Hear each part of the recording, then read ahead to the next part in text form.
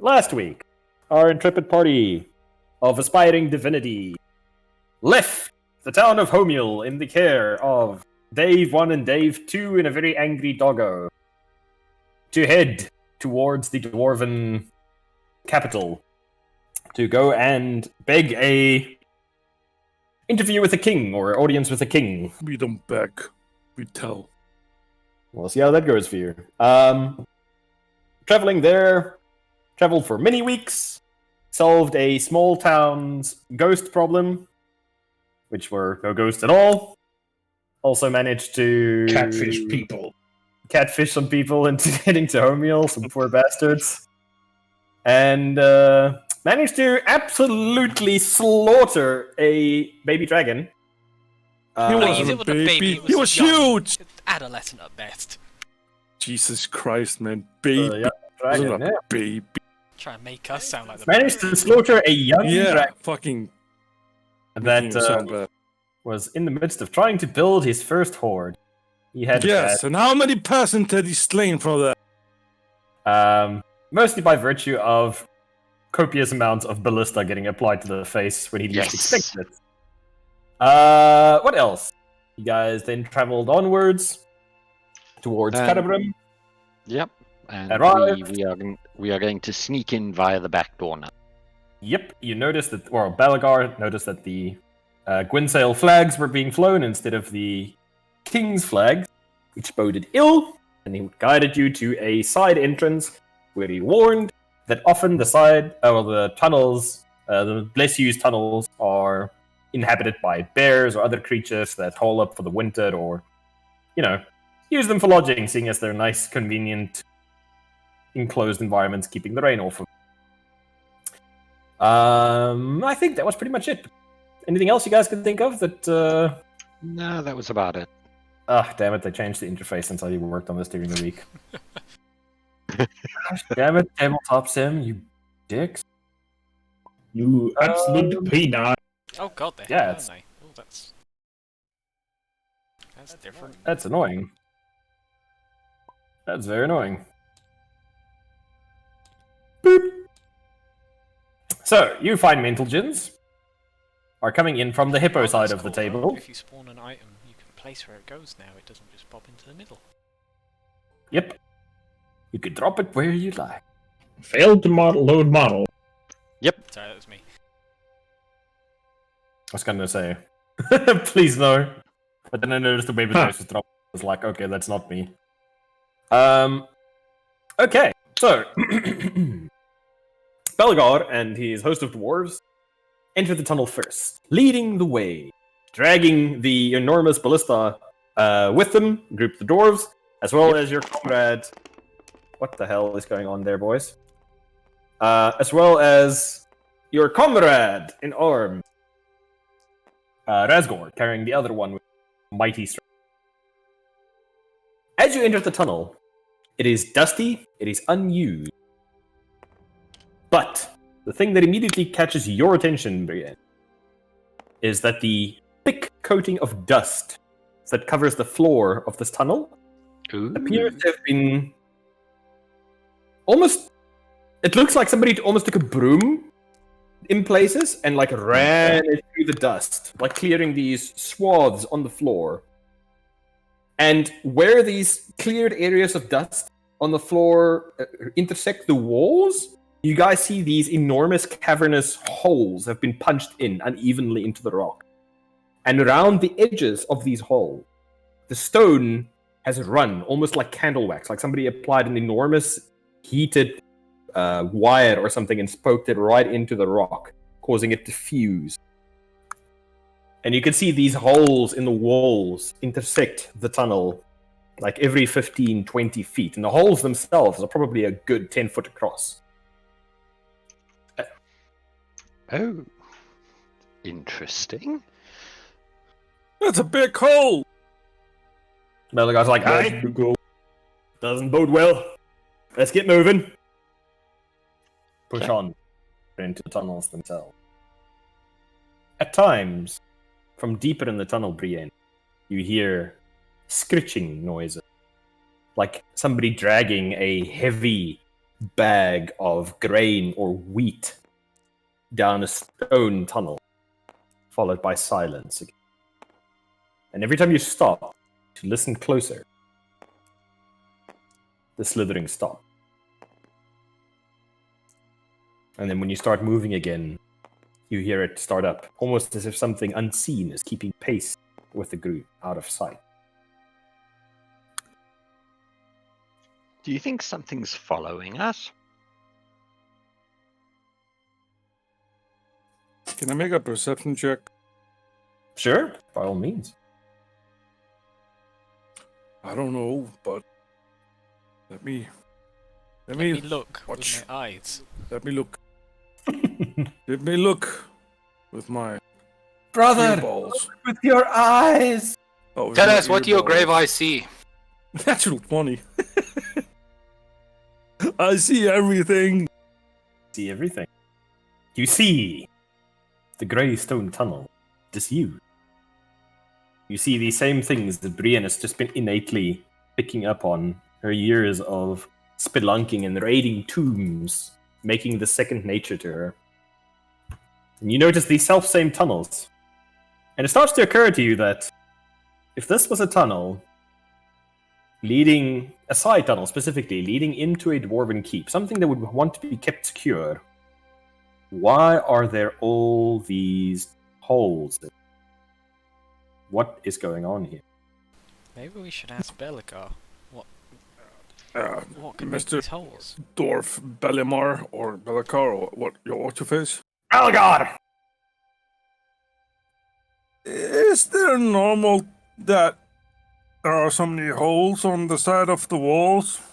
Like, he doesn't even stop moving. He just is like, keep marching and looks over him. No, you daft fool! Stop and please look. I point. Yes, I can see the holes. What is your point? Are you sure they're supposed to be there? I said I they're think not he said supposed that- to be there. Now hurry up, you daft Can fool! I use my knowledge of a past life as a deep sea vessel operator to figure out what made these holes? Yeah, man, it could be some undersea water monsters. You never know. Vessel operator. Is this like somebody who goes out in those huge boats to like repair oil pipelines and troll for fish, that kind of thing? By, Or are we talking? No, I'm I think thinking submarine. Okay. I'm like- thinking like, diving bell. yeah, diving bells and submersibles, kind of like those like really deep, like Mariana Trench kind of. I'm thinking about big ass sailboat with a huge diving bell. Okay, sure. Why not? What would it be? I don't know. Just roll your intelligence check and add your proficiency modifier or whatever that thing gives you. I don't even know.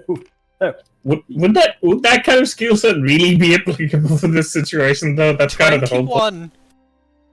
It is actually applicable, which is why I'm having him roll for it. Oh, okay. So, Keith, No, Jesus. What this could this you are be? momentarily struck dumb as memories flood your mind and sensations in impressions of a vast darkness all around you. You yourself separated from this crushing pressure by only the thinnest of metal structures around you. Your thoughts are filled with creaking and groaning as if a giant has picked up the room that you're standing in and is attempting to crush it between its hands. You look at a sorcerous display in front of you and behold some rock.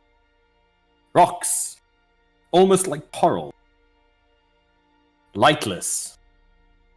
Behind you, you hear somebody say something, perhaps an arcane chant, as suddenly lights illuminate the front of this vessel that you are with.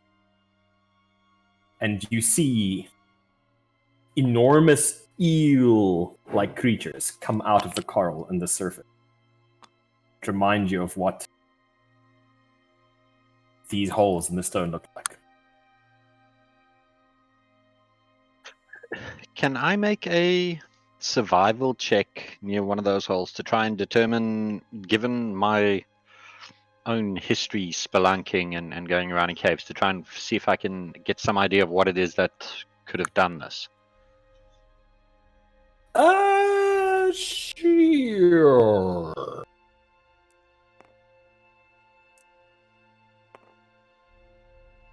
Yeah, survival 17. 17. It's pretty good. Under other circumstances, would be more than enough to give you an idea of what could have caused this. But as you've not personally encountered the specific thing, you're not sure what it would be.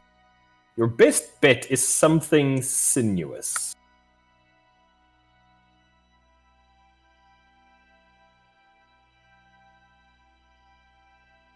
I'm gonna walk past these guys as they're staring at it. Then I'm like, while this is very unusual, guys, I would recommend you stay with the pack of angry. Yeah, you see the dwarves are like a good 10, 15 feet ahead of you now. Just like, stop. And Run I'm along. gonna- Oh yeah, I'm still I'm gonna following. catch up with them. Yeah. Cleve, is there anything you would like to do after your very unusual sudden resurgence of memories?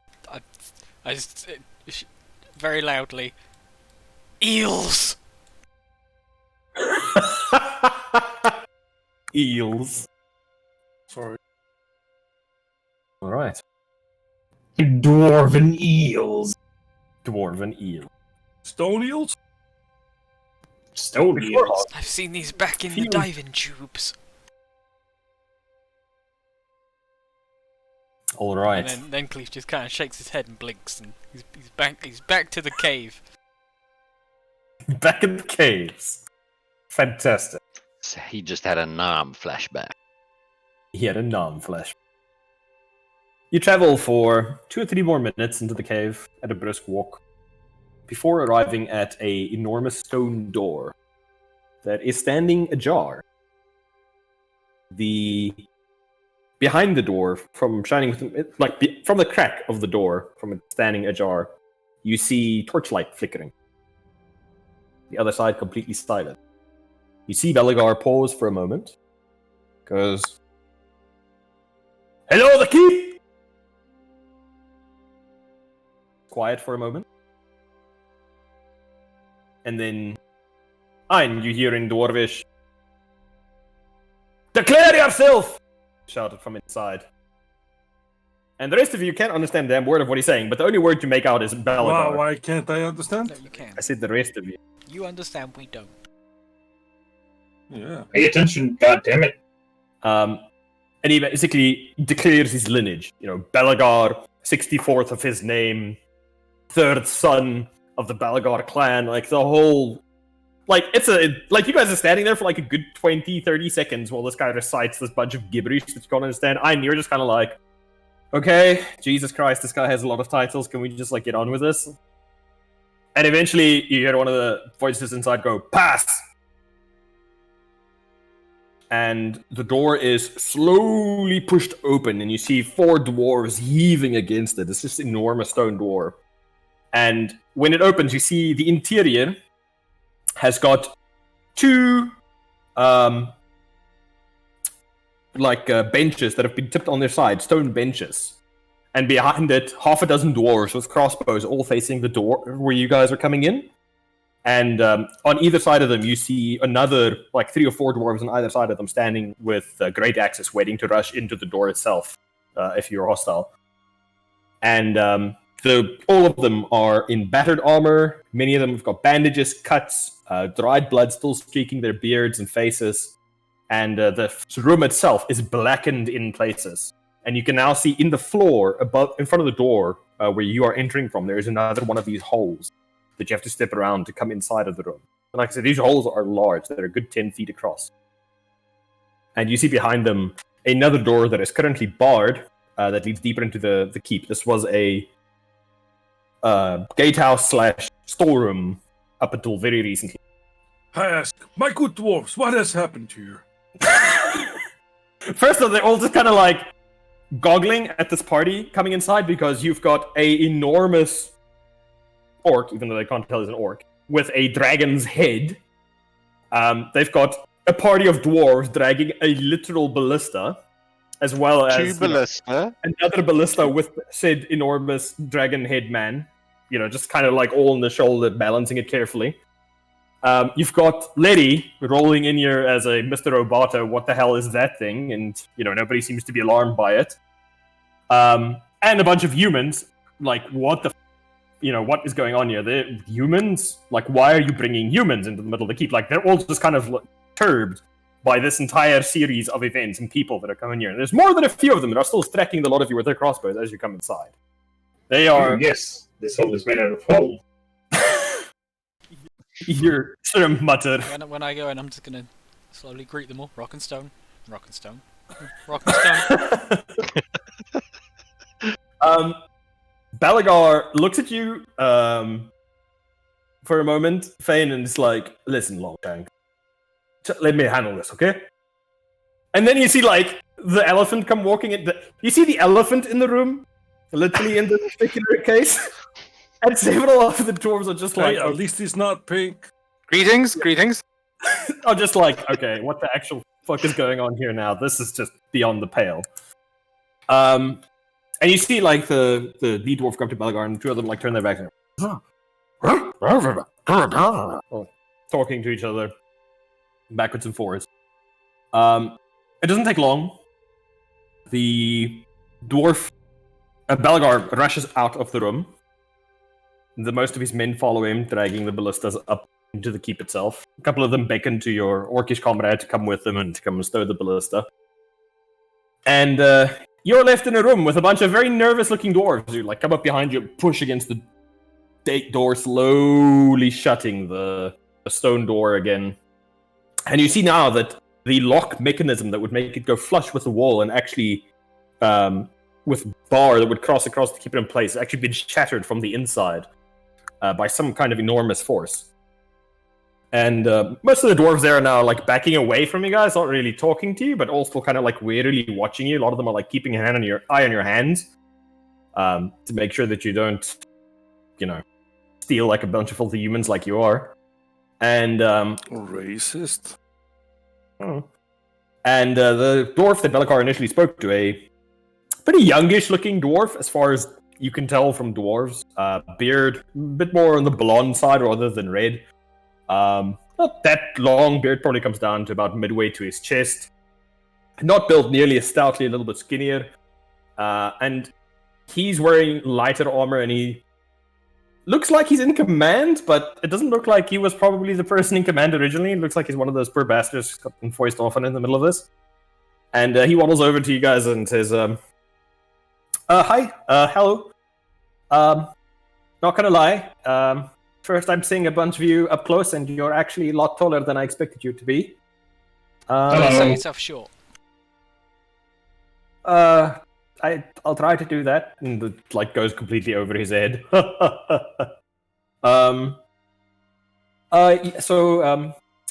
Balagar's gone to the clan elders meeting. It's happening at the moment.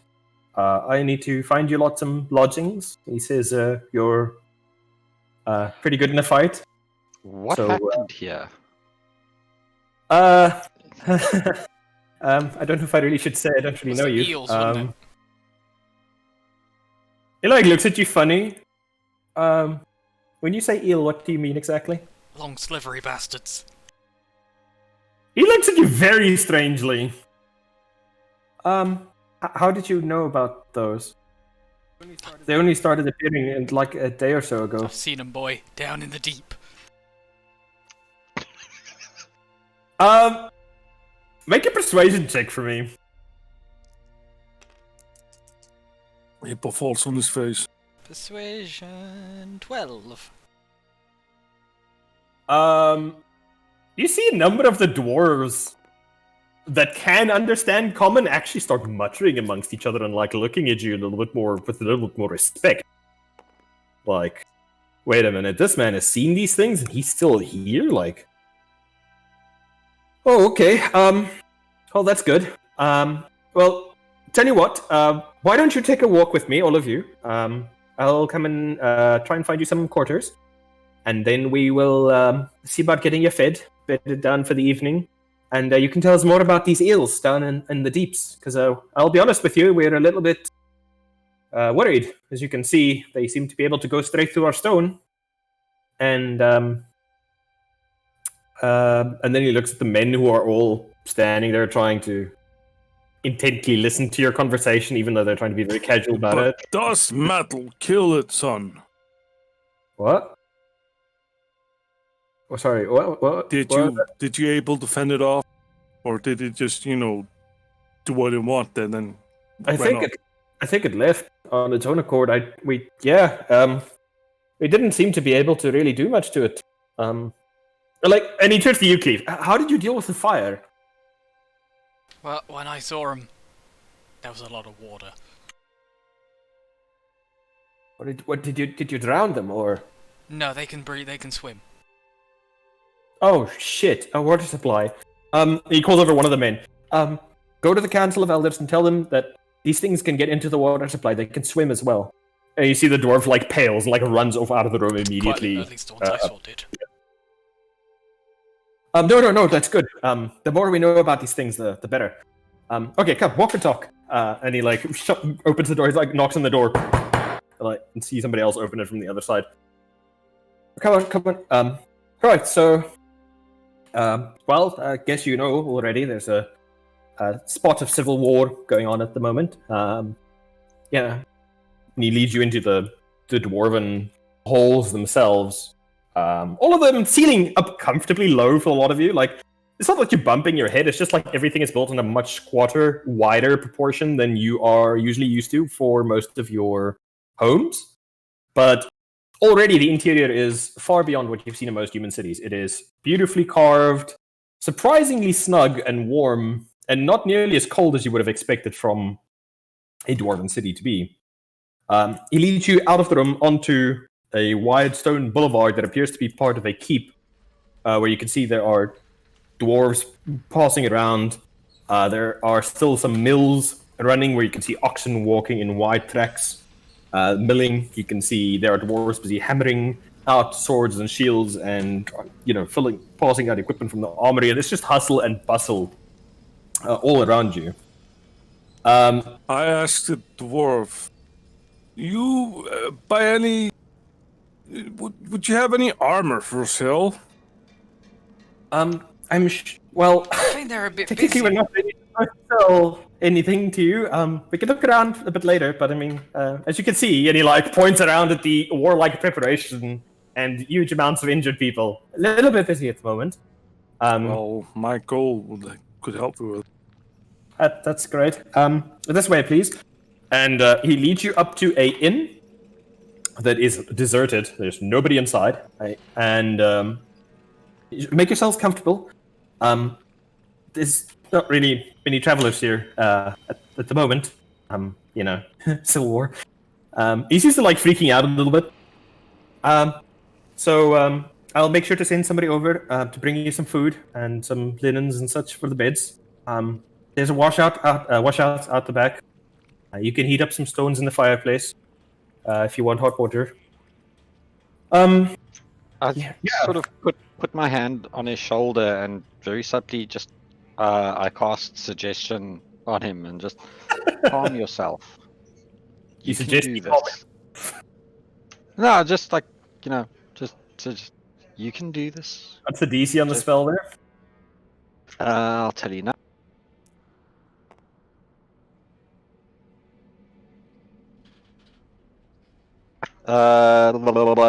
DC 14 Wisdom. Wisdom's not his strong suit. Natural 1. It's like horse tranquilizers hitting him. He goes from jittery and freaking out a little bit to, hey man, he's okay now. He's in control. Wow, that's really. What did you just do? I did nothing. You can do looks this. Yeah. It's heroin. It's heroin. Eels, yes. There's a bit of a war going on at the moment. The Gwyntel clan recently just appear to have gone insane, as far as we can tell. We've known one of them, and I think they might always. Oh, really? He's a bit of an asshole. Oh, Yes, we met one once. Have you Oh, yeah, ever that's heard pretty of their good. son that was exiled? Oh, you Wow. mean? Oh yeah, Loder. Gwinsel Loder. Yeah.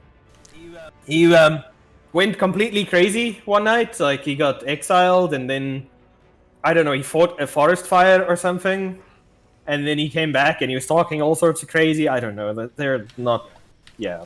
I wouldn't. I mean, put it Mum had past him tea. if he started the forest fire.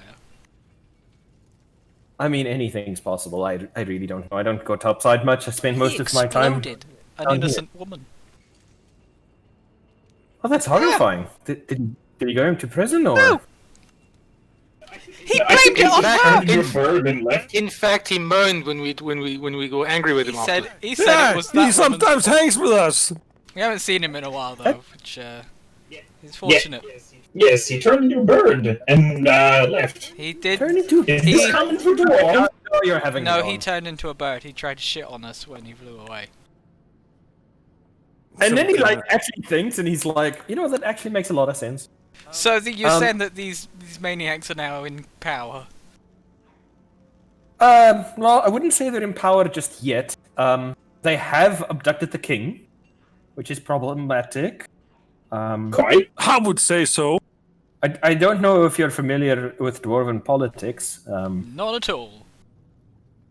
All right, so Not it's much, pretty but- straightforward for the most part. I There don't are- really like politics. well, it's I a really little- like digging. Well, then you'll find yourself at home if you go down to the miners.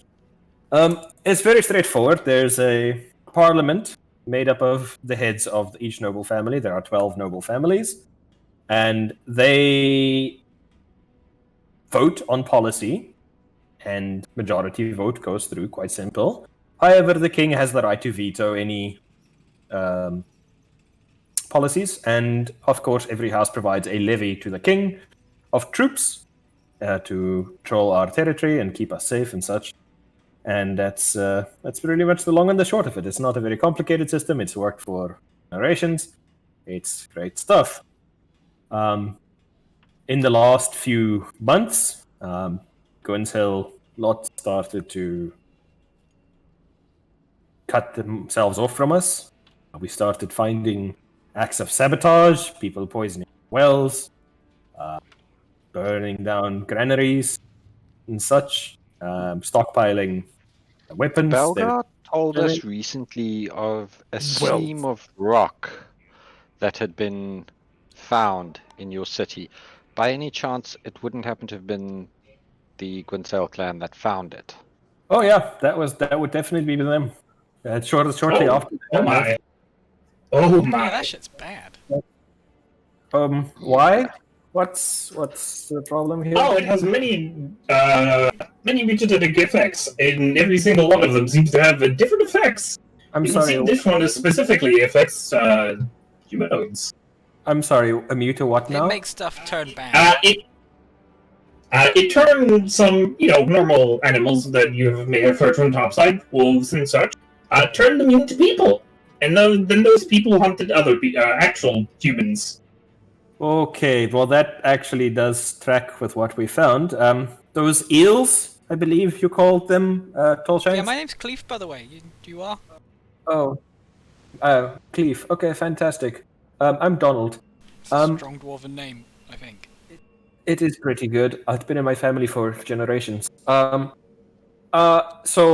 some of the dwarves from there, or some of their men, appear to be able to change into these enormous worm creatures, and they can go through stone like soft cheese. It doesn't seem to stop them, which, as you can understand, is quite problematic when most of our cities are carved into stone.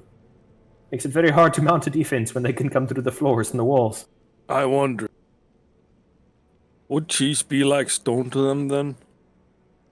I'm not really sure how that's relevant, but I don't think there's enough you think cheese to that- make a dwarf hold out of. Yeah, that's a good point. that definitely tracks. Even them. Maybe a cheese coating on the walls. I don't know. He's just standing there, like, perplexed I now don't with this think cheese coming. I'm sorry about this man. He's also a massive stoner. Oh. And not in the way that you guys are, am I right? Oh, Lord. But yeah, so yes, we've been clashing with their troops in the streets, trying to get into some of their keeps. Some of them also have picked up on some, I don't know, strange magic. Their skins have become grey and stone-like. They're very, very hard to hurt in any way. I've seen battle axe blows just bounce from them when you hit them. It's not a good time. So it's a bad time to come to the capital. But yes, here you are. So I'm going to bid you lot good evening. I'll send someone around with food in a moment. I need to return to my post. And I hope you all are still alive tomorrow. And I bid you good night. You are well. Rock and stone, Donald. Rock and stone. And he scurries out of the door. How long does suggestion last? 8 hours, if I Okay. maintain concentration. Well, I feel bad for whoever breaches the room he's in. Okay, so you guys. More like you feel bad for him because he's gonna be like, "It's fine, man. Ah, it's eating my face. Ah." No, I just told him to calm down and that he can do this, so he will just go complete freaking psycho on them. All right, so you gentlemen are left in the tavern for the moment. The furniture's a little bit shorter than you expect. The counters are a little bit lower than you expect. The beds are a little bit shorter than you expect. The longer members in your party find your ankles hanging off the bottom of the beds if you were to lay down. But overall, everything is surprisingly clean. And Cleef, you find a number of intact vats of booze in the cellar of this area. I knew you were going to ask. Don't Um, worry. Cleef's ahead of you. He's already down there. He's You already found it down. before you told me it was there. That is just what I expect from Cleef. Alright, so is there anything you gentlemen would like to do now that you've actually arrived? It is still technically day, I suppose, even though you can't really see the sun at the moment. As Fane can't find any plants to, do, he'll go fucking see what he can find to drink. Okay, you follow the sound of slurping and find Cleef head down in a couple of barrels that he has popped at the bottom. Isn't that the stuff that made Razgor fall over? No, not. That's their go-to booze. Also, Razgor isn't Cleef. So we're inside of an inn, correct? Are there any entrances outside of entrances/exits outside of the main one? That's the front door you guys came in, and at the rear there is another exit out back where there is a small room built for bathing. As we were There's here... Sorry, lady? Yeah, no, I was just gonna say, like, outside of the exit to the bath, is there like any? Is this exit also? Does it lead to like any other areas of the Dwarven Keep, or is there only way really out of this in the main one? Because I just want to put an alarm on it while everybody else is doing something. that's easy enough. You just pop an alarm. That's easy peasy. Yeah, there's no other main entrance. Yeah, I do it as a ritual. I don't want to spend a spell slot for it. Yeah, it's all good. What about you, Elephant Man? Anything you'd like to do now that you've arrived? There's not much I can do, really. I don't have no magic. I'm just going to sit and relax a bit. Just chillax. I mean, Alright. I can't really go and sneak around because I feel like I wouldn't get very far with my giant elephant face. The elephant in the room, so to speak. Pretty much. Okay. Fane, anything you would like to do besides boozing it up? Just gonna- Just gonna try to find something really strong so I don't have to carry much of it. Sure, make a perception check. Check.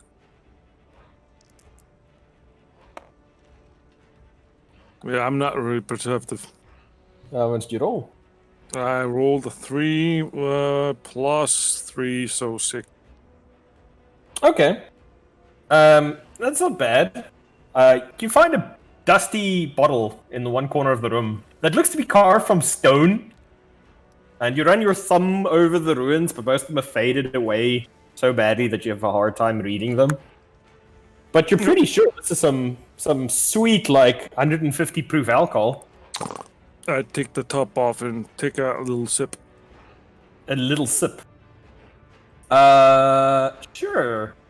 You die. It tastes wonderful. Like apples? It tastes Well, like apples. mainly apples. Mainly apples. Ooh, Calavados. I like Make a constitution check. If you could make alcohol out of rocks, it tastes like that.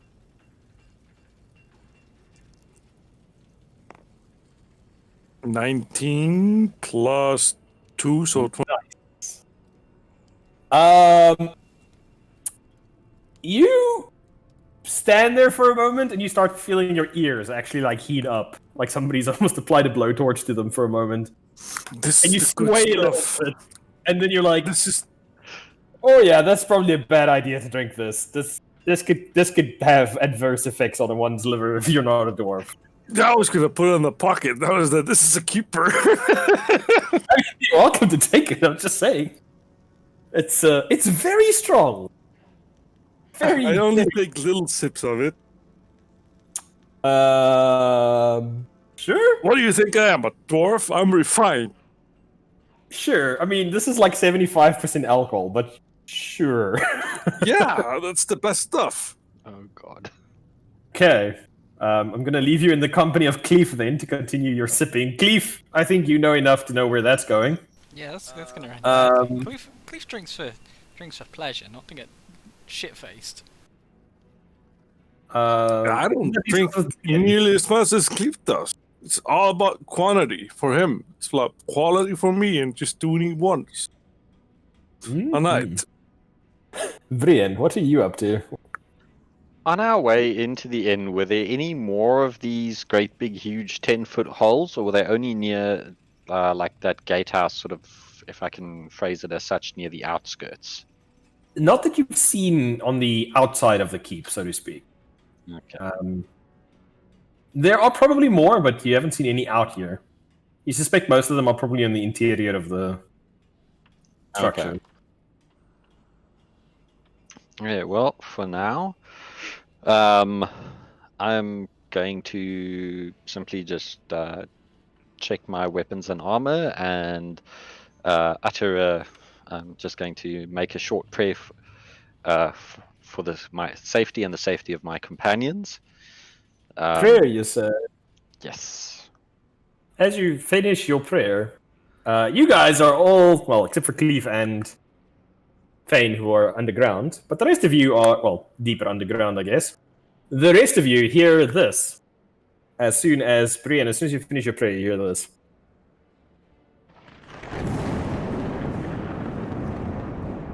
A peal of thunder rolls through the stone caverns at your prayer's conclusion.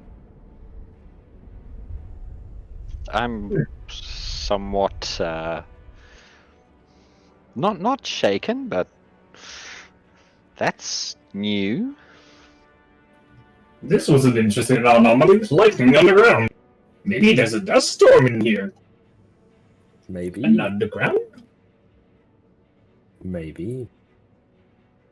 So, a couple hours pass. As per his word, Donald sends up his housekeeping staff with a delicious cart full of food. There are soups, there are freshly baked breads, there are meats. This is by far one of the best meals that you guys have had in literally months, as your home meal cuisine was fairly basic, and your trail rations weren't amazing by any stretch of the imagination. They also bring up fresh bedding, allowing you guys to bunk down quite comfortably. For the first time in quite a long time, you have sturdy walls around you, hot food, soft beds, and cold booze. The evening passes uneventfully. And I would say morning dawns bright and clear, but it really doesn't.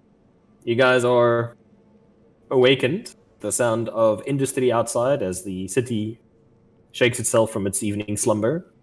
And all around you, You see people getting up about their day, lighting the lamps outside, provide some light, and morning dawn as your food tray is pushed in by none other than Donald, the poor suggestible dwarf from the previous. Is he still looking as jittery as when we first met him yesterday, or is he looking slightly more? He looks like he Calm actually got sleep, and he's like pretty relaxed for the most part. Still a little bit stressed. You can see there's some tension around the corner of his eyes. But he doesn't look like he's on the verge of having a nervous breakdown like he did the previous day. No, it's cool. All right, I see most of you are up and about already. That's pretty nice. Pretty good. Good morning, Sir Dwarf. Good morning, Sir Longshanks. I got...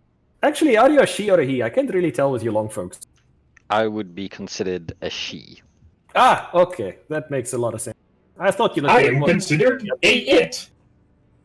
I was going to ask about you, but I didn't think it would be polite. I do not care. Well, okay then. You may also call me he for the purposes of convenience. I'll do that then. I've got some good news, and I've got some bad news, and I've got some news. If you'd all like to gather around and have your breakfast, I will share my news with you lot, if you are inclined to hear it. We Yes. are indeed. So, Balagar and your helmeted friend regaled us with some tales of your mighty dragon-slaying deeds, and your army you're training, and your home city, and the quarry that you've cleared out, as well as the beasties that you say you've had contact with in the past. And I have come to cordially invite you to the defense of the city. We will, of course, be compensated, and we could really use your help, especially this eel expert, points at Cleve. We think could be of value to the city, as we haven't really encountered any of these beasties before, and he seems to know a lot about them. Eel spurt, you say? An eel expert, yes. Eel spurt. We don't want you to like fight in the main battle lines or anything. It's not your place. Why but, not? Because Think we're not good enough? We'll see. But frankly, we've got a number of jobs that we would like for you to assist us with, and we can pay you handsomely. And if we can get the king back on his throne, we can get you access to those archives that Belagar informed us that you want. And I would very much like to see the haft in your possession. Which of you, lucky lot, has the item with you? That would be me, Sir Dwarf. And I produce the haft. You see like an avaricious gleam in his eyes when he looks at it. Okay, so he wasn't talking a bunch of shit. So, I would very much like to get that haft. Point. We will present it to the king, as per our agreement with Belgar. You see, now that's just most excellent, because that means you're going to have to help us to get him back if you want to present it to him. I figured that would be the case. Hey, that's fantastic. So, he takes out a map, he reaches inside his armor and pulls out a map and spreads it on the table, like moves some of the bread over and the stuff to keep it spread. And he shows you a map of the region as well as several locations. So, we need to get the king. Straightforward, yeah. But mounting an assault on the keep head on is probably suicide. Because they have a lot of those strange beasties. And a whole lot of us would die, which would be unfortunate. So, we have an idea. We strike at their supplies, we strike at their outposts, and we try and draw off some of their troops, pretty basic stuff. And then when they're all nice and confused, then we hit the main keep, we get the king out with a bunch of sneaky lads, which is where you come in, sneak inside, while the rest of us make a whole lot of noise, get the king, get out, and right as rain, once we have the king, we go slaughter them all to the man. How's that sound to you lot?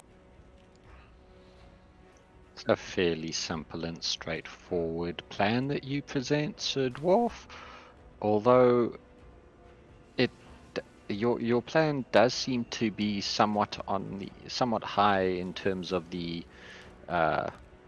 manpower cost. Well, that's where you lot come in.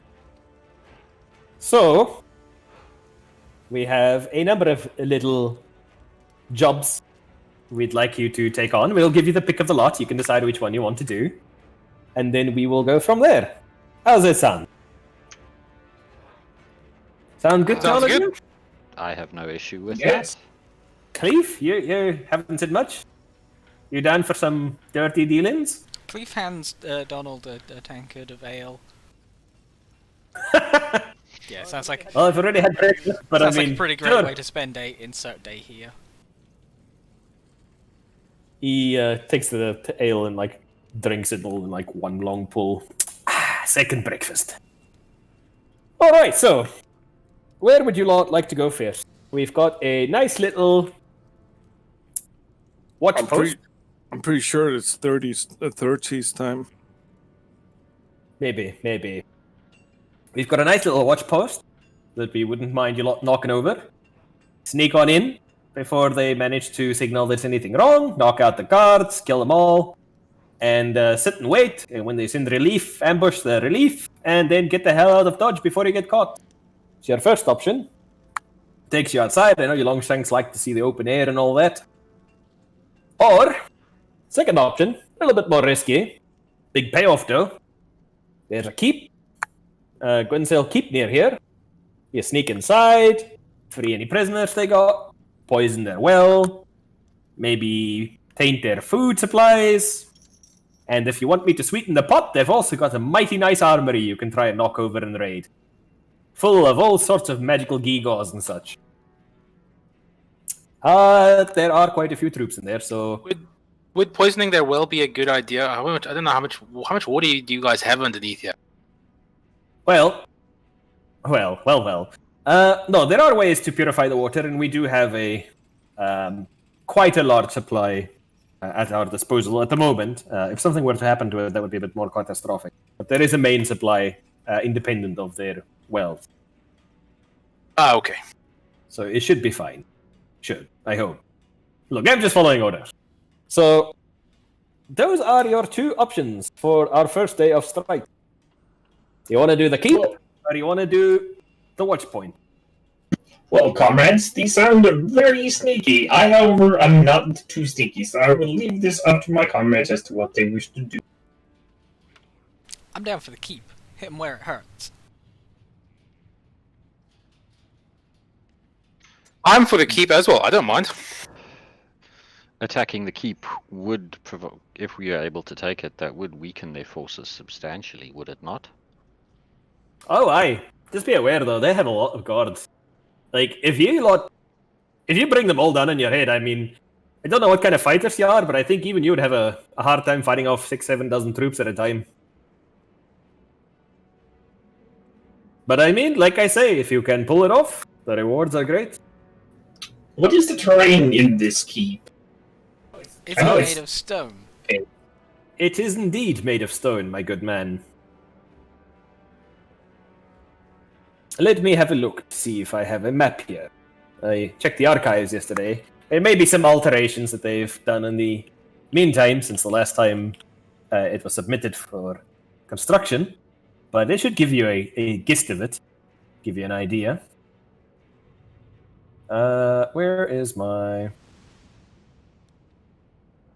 That out for now.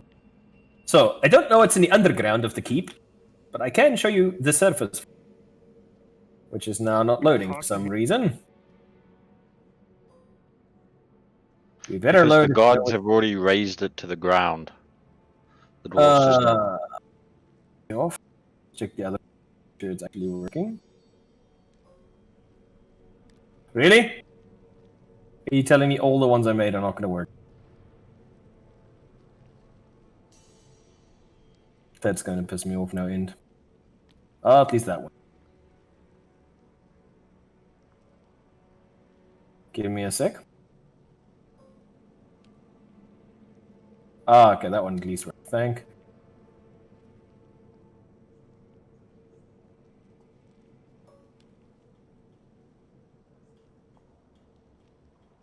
Give me 2 moments.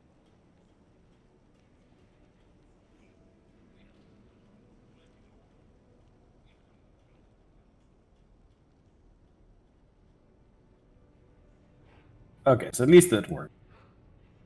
Oh, guess we're not doing that though. This is what the outside.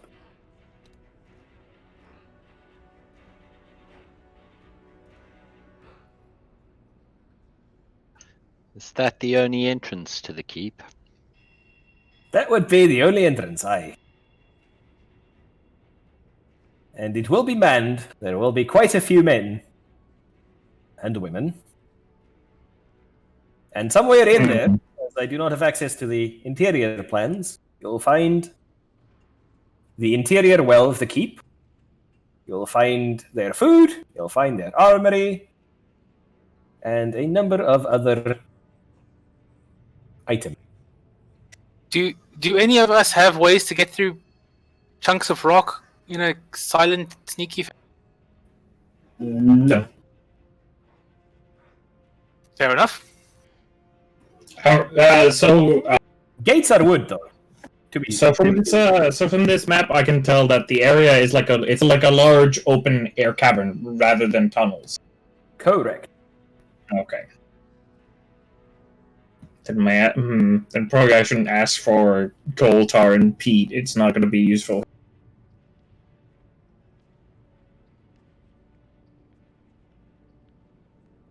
So, what do you lot think?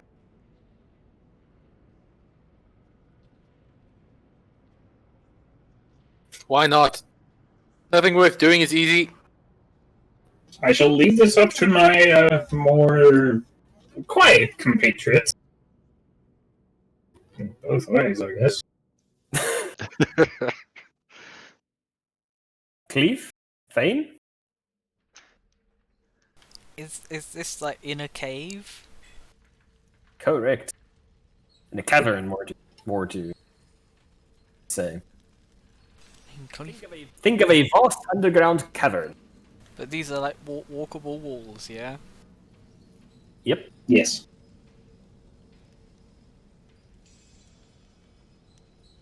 Do we have anything that can explode?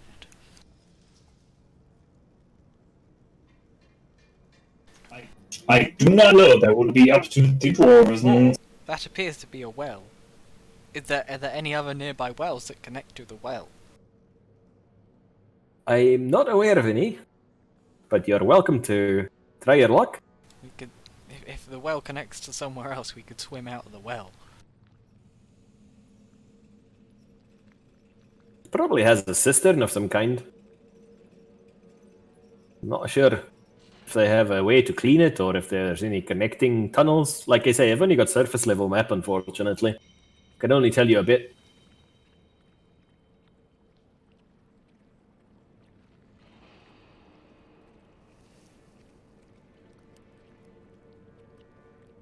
So, speak to me, Dragon Slayers. What have you got planned here? Well, if it's an open air fort, we should be able to potentially go around up to one of these side bits here, potentially, and scale it when no one's looking. Alright. I don't know, I'm just spitballing. Scale it, throw down some ropes, pull up your companions. Seems Yep. workable. As long as you can deal with the guards quietly, I don't see it being a problem. I'm sure that Cleef would be able to deal with the guards quietly and efficiently. Cliff kill. Cleave kill. Alright, well. It's up to you lot, like I say. Think it'll work for you? I'm more than happy. We will make it work. I am more than happy to have it. Shrimp, you could just fly over the wall. That is correct. I can also make somebody else fly over the wall. Flying is Perfect. silent. And flying is silent. Let us do that then. Well, All right. If two people can fly, then I'm gonna suggest that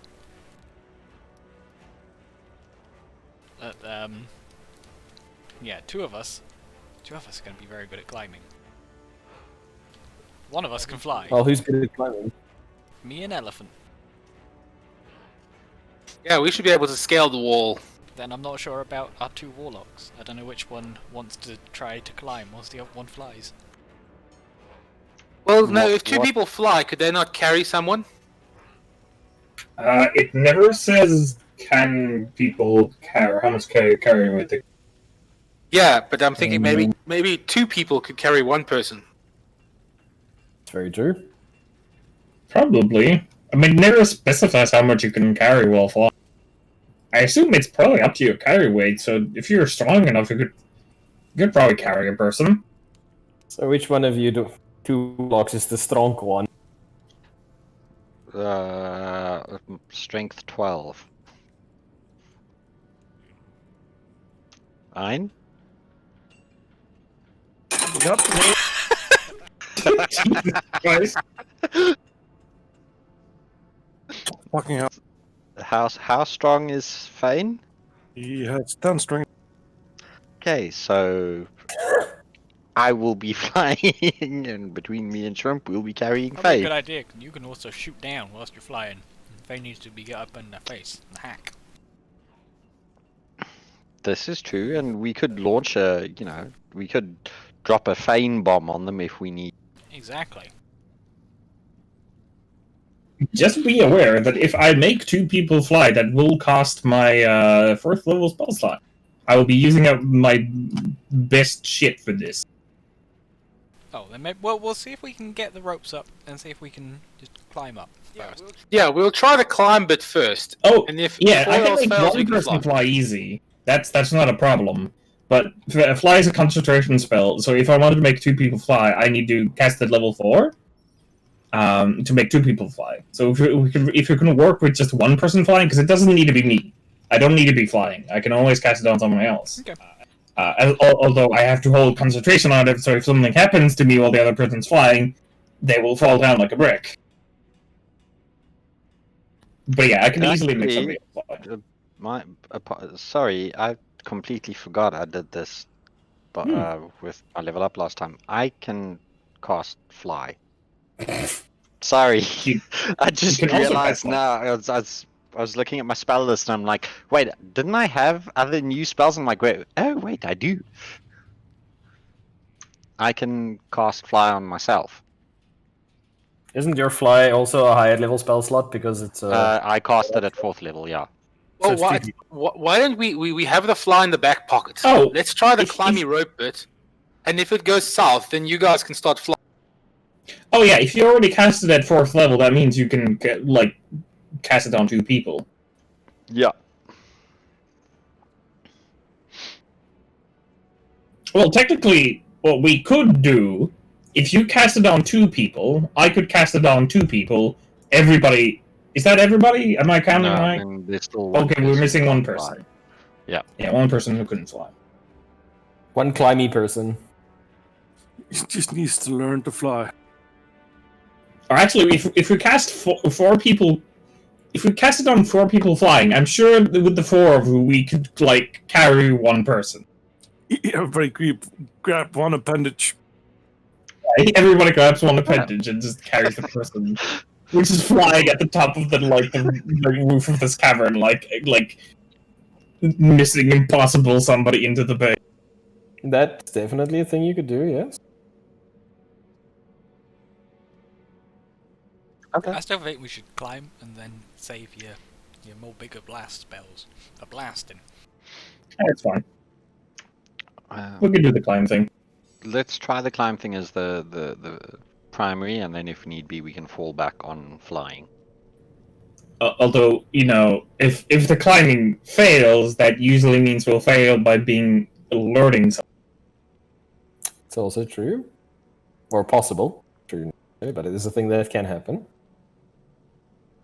And so that means afterwards, if we get detected, then the fly isn't going to be that good, because they can still shoot us. And remember, even crossbows have, over 100 feet range? 80 feet. 80 feet. Oh, they only have 80 feet. Okay. Well, 80 feet in range. After that, they take range penalties. They go to 240. Yeah. 360 actually. I've Oh, got the 360. sheet open. Yeah, they take Oh, massive shoot penalties far. the further away it is. I asked Donald if he perhaps knows how high. What is the ceiling of this cavern? How high above these parapets is it? Oh, sure. I've never really been that side myself. Don't If really you had hold to with those. guess, based If I on had to your guess, knowledge of based the on city. standard keep, I'd say ceiling's probably about 120 feet, 110 feet, 100 feet. 100 feet, give or take. All right. Thank you. They're pretty snug down there. They're like a bunch of ticks just burrowed right in. You know, Also, to remind me, what are we doing? What is our objective in the key? kill everyone. Poison their well. Poison their well. Get rid of their food supplies. And if you want, they've got an armory you can raid as well, full of magical bits. And get out alive, mostly. Kill anybody you gotta kill. I'm just thinking, like, theoretically, if we're only murdering, or if you only have to poison the well, poison the food, and steal from the armory if you want to, we don't technically need to kill anybody. What we could do is could just do a flying thing. I'd really prefer it if you did. Of course. Less of the fight in the battle if you kill them now, you know? Oh, sure. But yeah, sorry, you were saying. No, I'm just thinking, like, if we poison the well and do the stuff with the flying, we could, like, go in and out without anybody even noticing we're there pretty easily, because we can just go from the ceiling, drop down, poison the well, because that's not pretty difficult with a vial of poison. I scratch my head and ask the Yeah, questions. Are we the baddies? No. These people are crazy because of a stone. Of course not. They have interior well. It's gonna be a tricky bit to get to. Oh, yeah. There's gonna be two wells. You got the one outside, and you got the one inside. Well, murdering it is, I guess. Not take stealth off the table. I'm just saying it's something you gotta bear in mind. Depends on how sneaky you are. I mean, if you hit them while they're sleeping, don't know how sneaky a lot are, but I mean, if you hit them while they're sleeping, perhaps. How high are the walls? I don't know. It looks at the map. Oh damn, this thing is like all off.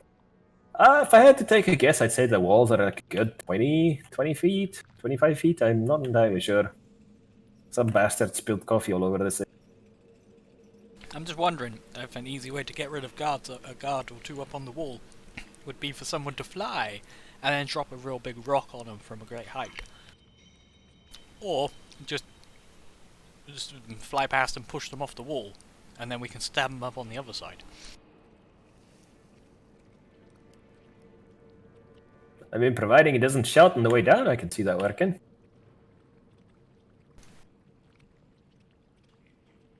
Do any of you guys how to make the magical no noisiness? Nope. Nope. I move my mouth like I'm screaming and nothing comes. You're a bit special. I know. I say it, I smile. Shrimp, if there was a guard up on a tower watching out, do you reckon you could drop a rock on him? I make no promises. Okay.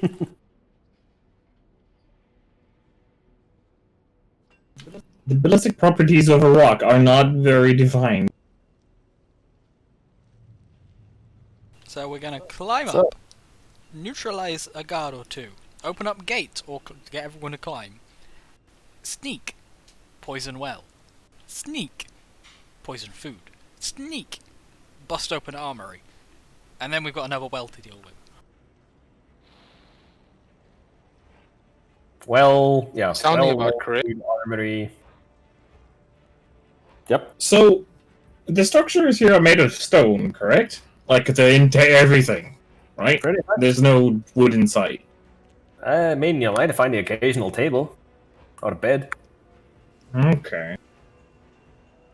But yeah, stone for the most part is gonna be stone. Like points around you at the tavern. It's mostly stone. Mostly stone, yeah. Unsurprising. What are you thinking? If you need building materials, I could probably procure you a few. You wanna Oh build no, I was thinking of a mixture of coal tar and peat to create naphtha, All right. and burn them from high up. Just spread the compound all over the keep and set it on fire. Ah, yes, I can see where it being stone might be a small problem. Yes, this is work on human settlements. And however, you dwarven bastards and your actually good construction. You look slightly horrified when you mention using it on human settlements. I have never done it. It is simply a theoretical. All right. Acid. If you say so. You could drop acid on the buildings. Well, I mean, we're talking about thousands of liters of acid to eat through this.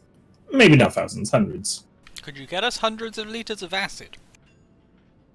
No. I mean, No. actually- I don't really feel comfortable with where that's going. how are acids usually formed? What would be an easy to make acid I could make out of raw materials with fabricate? Oh man, I don't know acids. Citric acid. Quick lime. Melt it with lemons.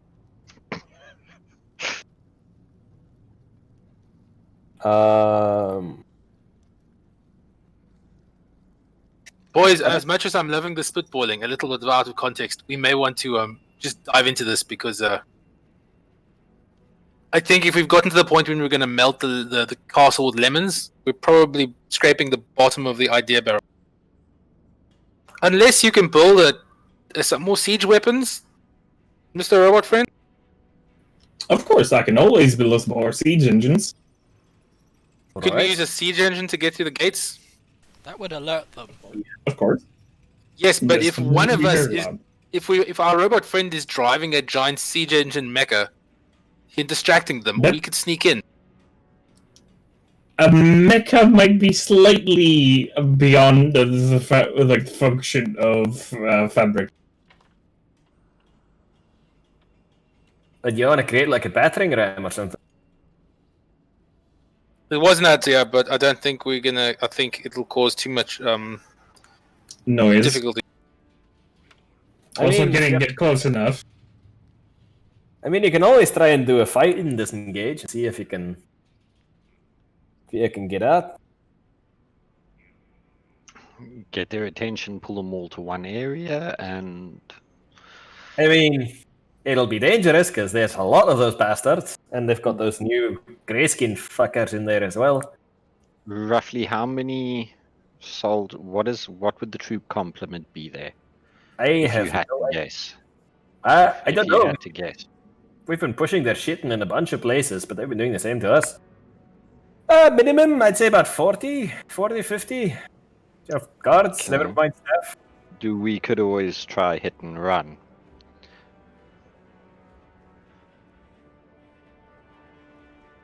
I mean, a hit and run is. I mean, yeah. What are we hoping to do with a hit and run? Sorry.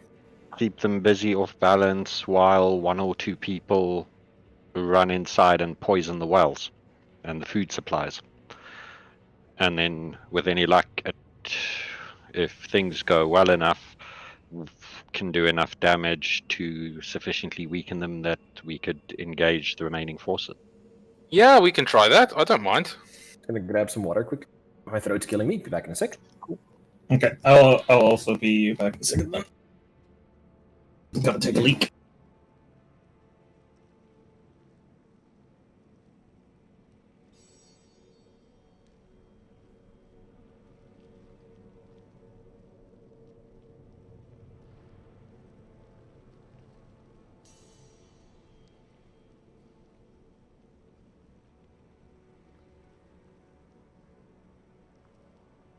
Everybody dead?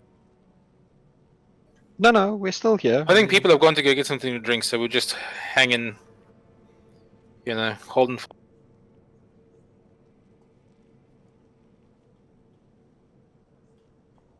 Alright. So, what are you lads going to do? You good? You good to be on your way? You need any supplies? Climbing. You got your rope? Climbing supplies. Climbing ropes? Yeah, I can lend you some climbing ropes. I can make a short trip down, pick up some of those. Grappling hooks. So, yeah, you got some ropes. You got some hook. Mostly for mining and such. Of size and the like. Alright, so if you guys got a plan, you good to do your thing. When do you want to hit them? You want to hit them broad daylight? Do you want to wait until they go to sleep? Do you want to... Yeah, we should. I think night is going to be the best plan, guys, but it's up to everyone else. I mean, it's Yeah. not going to be darker, but, you know, maybe they're sleepy. Honestly, don't know anymore. Some of them look I've barely... come up with a great idea. There's a lot of beer in the basement of this place. Aye.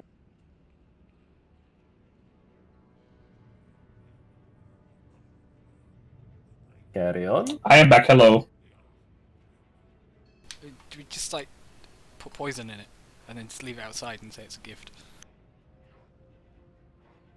I mean... Sure, but... They are technically in a state of war. I don't know how... Unless one of you can disguise yourself as a dwarf or something. Don't know how likely they'll be to just accept a gift here.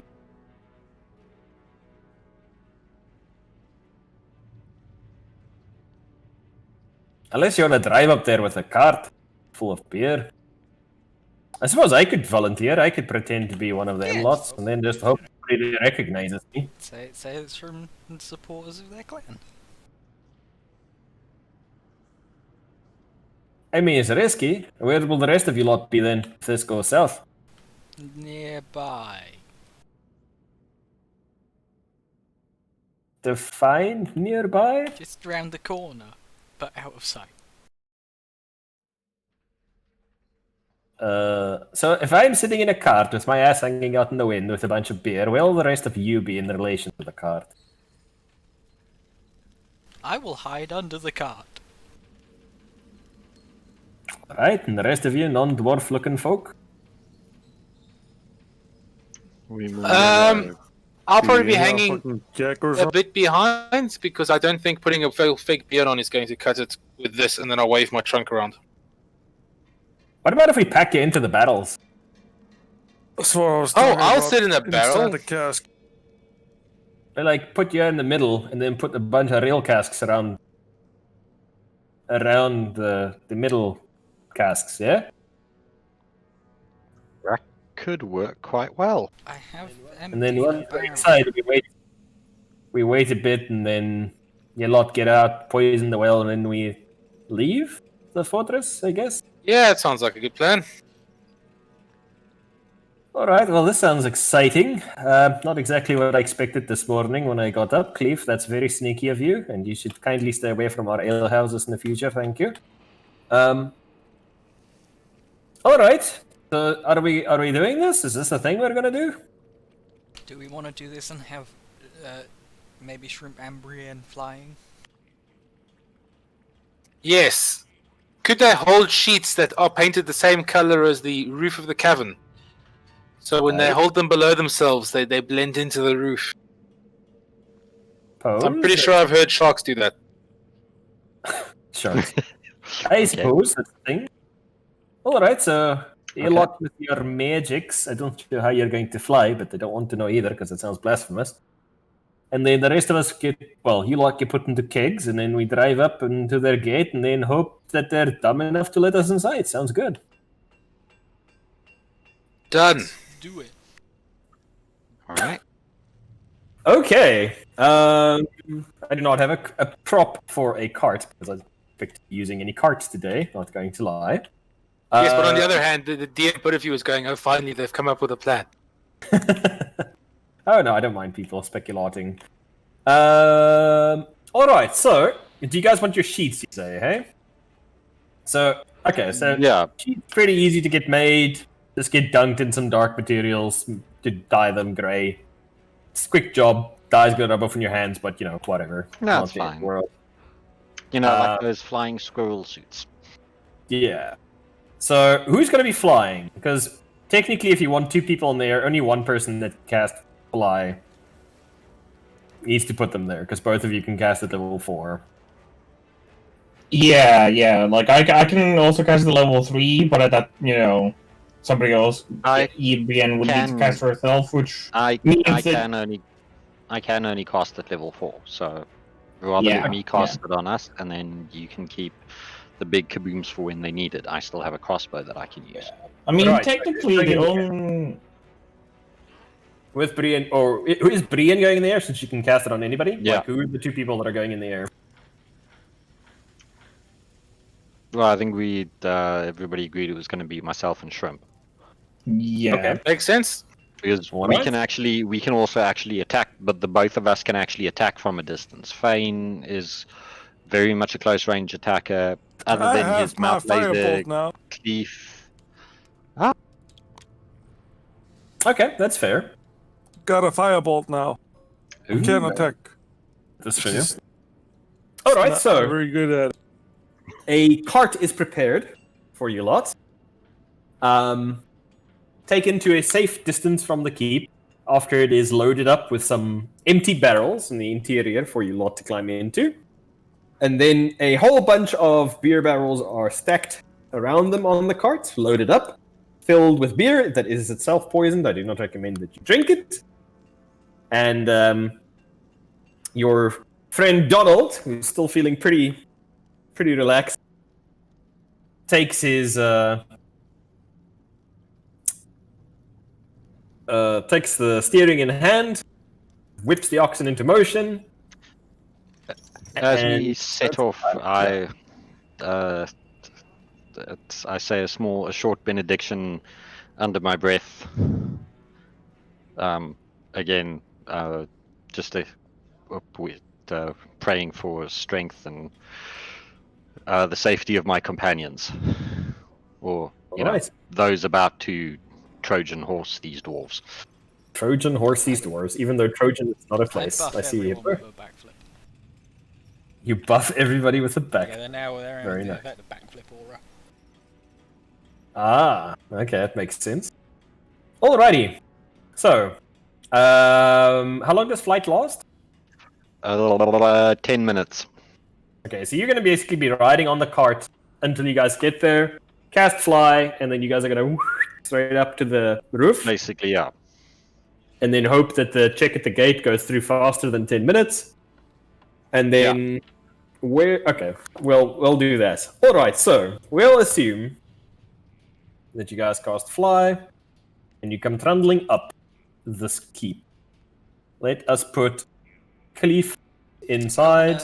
I've had another. I want to put Douglas in a barrel as well. Okay. You stick for Douglas in a barrel as well. Everybody put yourself on the carts. And then I will quickly start dropping in the things that we need. I've misplaced my token. I don't know where it's gone on this table. Where do I put... Yeah, your Shrimp and I on the back will be sort of up. Found it. Wonderful, thank you. Okay, so Brienne, you're just going to be floating. You and Shrimp are like basically going to be shadowing the cart from above. Yeah. Okay, so let's just say you and Shrimp are falling high up in the sky, almost on top of the... of the... What do we, while we're closing in, what do we see? How many guards on those parapets? Have we got enough of a view? Busy putting the guards up. There are... how many feet is that?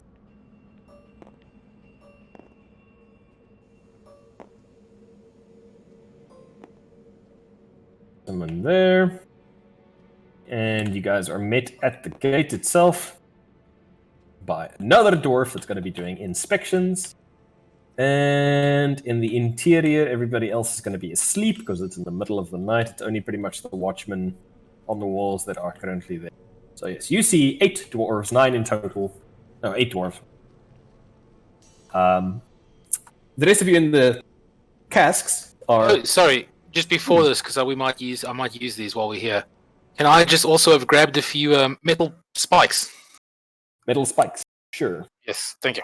Like big old nails, or similar to like pythons, or what do you want to use? No, like metal wedges.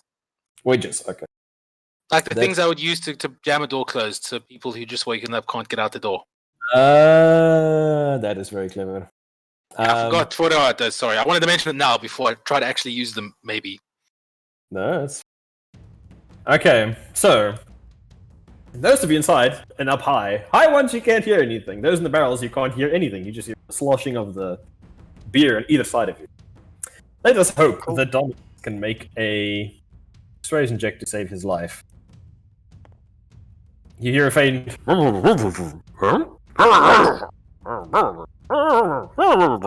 inside the barrels. You can't hear anything clearly. I've got my crossbow trained on that guard on the top left parapet by the entrance. Okay.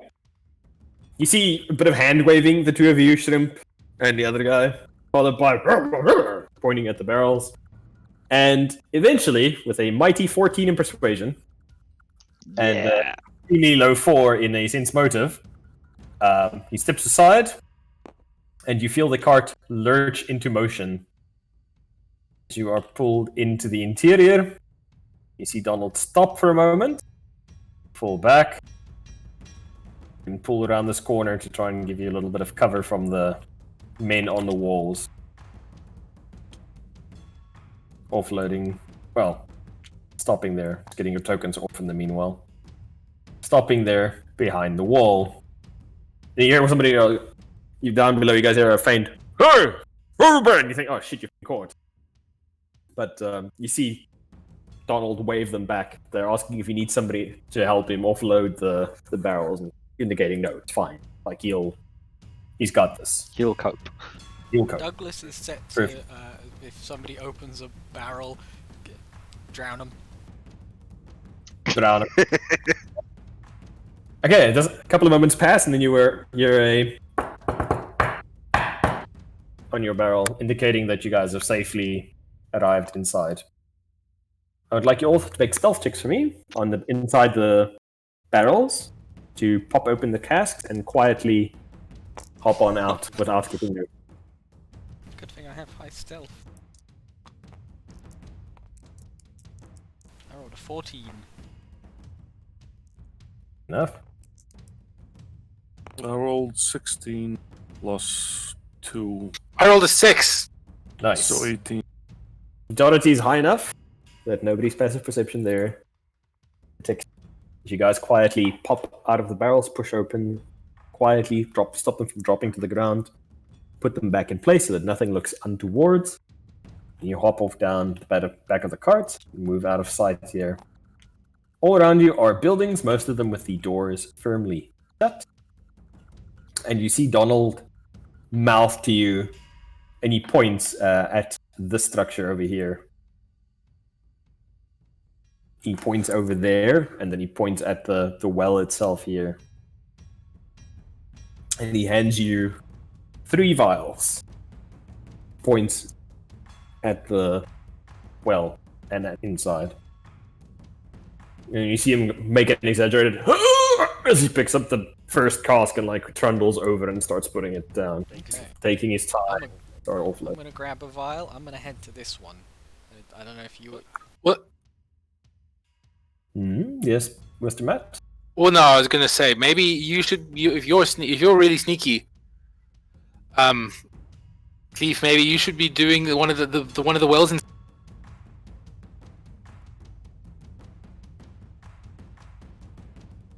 you want me to do both wells? No, I'll go do that one in the courtyard. You do the one inside. Does Fane want to try and locate the armory and see what he can steal?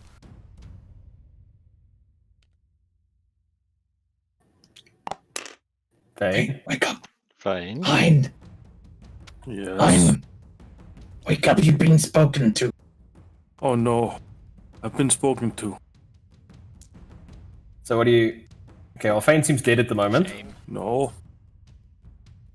I just misheard. Alright, so... Okay, you can repeat yourself, Fane, please. go look for the fucking armory. See what you can steal. Yeah, I look for the armory. Okay, make a stealth check for me as you start to go around. We all have to do that. Fane, building to building. 18 plus 2, so yeah.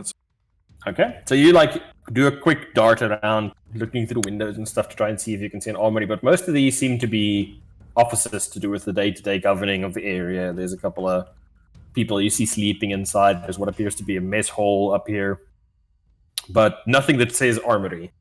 Nothing that looks locked up and sealed like it is guarding something. It's probably on the lower level, more than likely. Okay, Elephant Mania, you dart over the well. Pretty simple and straightforward. It's a couple of feet. Poison. Pour poison into the well. Easy peasy. Cleef, you head your way over here. Push on the door, and it's locked. Doop doop doo.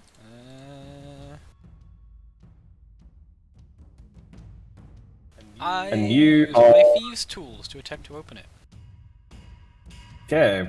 Try and knock some rust off of your skills of actually picking things, I think, for the first time in the I campaign. haven't come across many locked doors so far.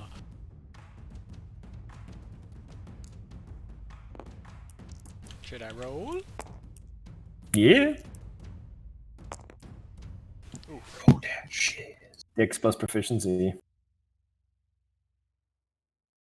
Isn't it? For thieves still? So that's, Yes. 11.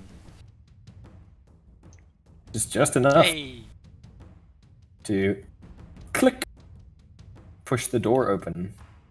And then I begin to And sneak in my front- way in. Well, let me change the map quickly to show you.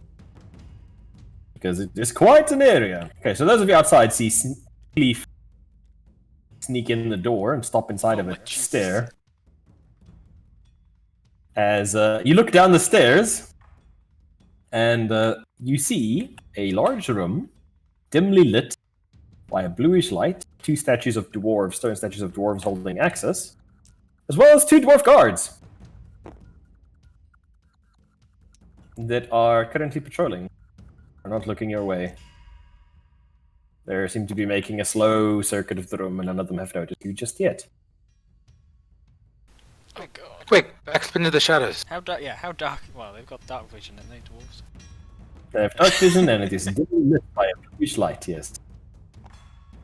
So, Arctic hiding. roll initiative for me, everybody, just so we can track enemy's turn and your turn in sequence. Oh wow. 21. Sorry, everybody roll? Everybody rolls. Oh, I got a natural 20. Nice, you go right at the top. then 22. Cleef, how much do you roll? 21. 21. Okay, so Cleef, Gralden, what did the Einar roll? I rolled a 9. 9. Brian, what did you roll? 22. 22. Okay, so you go, yeah. Yeah. Straight like that. And Fane, Shrimp, what did you roll? I rolled an 8. Nice. And then the dwarves. A 9 for the iron. You're lucky they rolled a 7. And have no dex bonuses. Okay. So, Gralden, you see your comrade sneak inside and freeze as if he suddenly spotted something. What would you like to do on the exterior? To be honest, I want to just go and look for buildings that I'm worried might have people in them and start wedging the doors shut with my few metal pinions. Okay, you start going around. Make a stealth check for me as you try and stealthily insert the metal beneath the doors to make sure nobody notices you. Oh, 19. 19. Yeah, it's pretty easy. A couple of the rooms are fairly close together, and you manage to wedge 2 of them shut, keeping their occupants Cool. inside. The one has 2 sleeping dwarves, the other one has 3, so there's 5 of them that are now stuck inside their homes for the foreseeable future until they manage to break the door down. Okay, so anything else you would like to do? Anything you want to attack? Any spells you want to cast? I have no spells, and punching things would just make noise, so no. Alrighty. Brienne, you and Shrimp are floating above where the cart was. You still have a couple of minutes left of your flight spell. Yeah. What would you like to do? For now, I'm just keeping an eye on the dwarves on the ramparts, and just keeping an eye out for anything where anybody's coming. If I see anybody coming, that could be a threat to where the party is. All right. Just So you're act just as holding a- your turn. yeah, acting as a lookout for everybody as well. Okay. Cleef, your turn. Cleve's gonna wait until like both dwarves are kind of got their back to him and start trying to. They couldn't be both of them back Alright, to he's you, gonna yeah? start trying to. He's gonna try and make it over to like this pillar at first. Okay, so you're just gonna like do like over there, and then use that as cover. Yes, right, Get your yes. back to it, slink in. All right. Make a stealth check for me, please.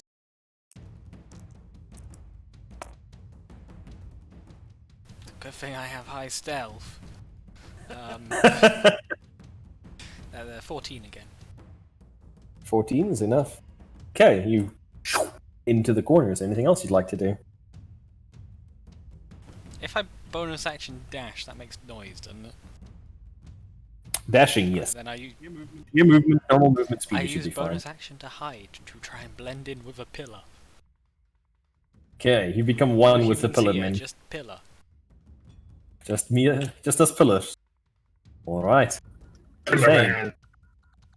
Your turn, Fane. You are still outside at the moment. You've not found any armory. There's probably not above ground, as far as you can tell.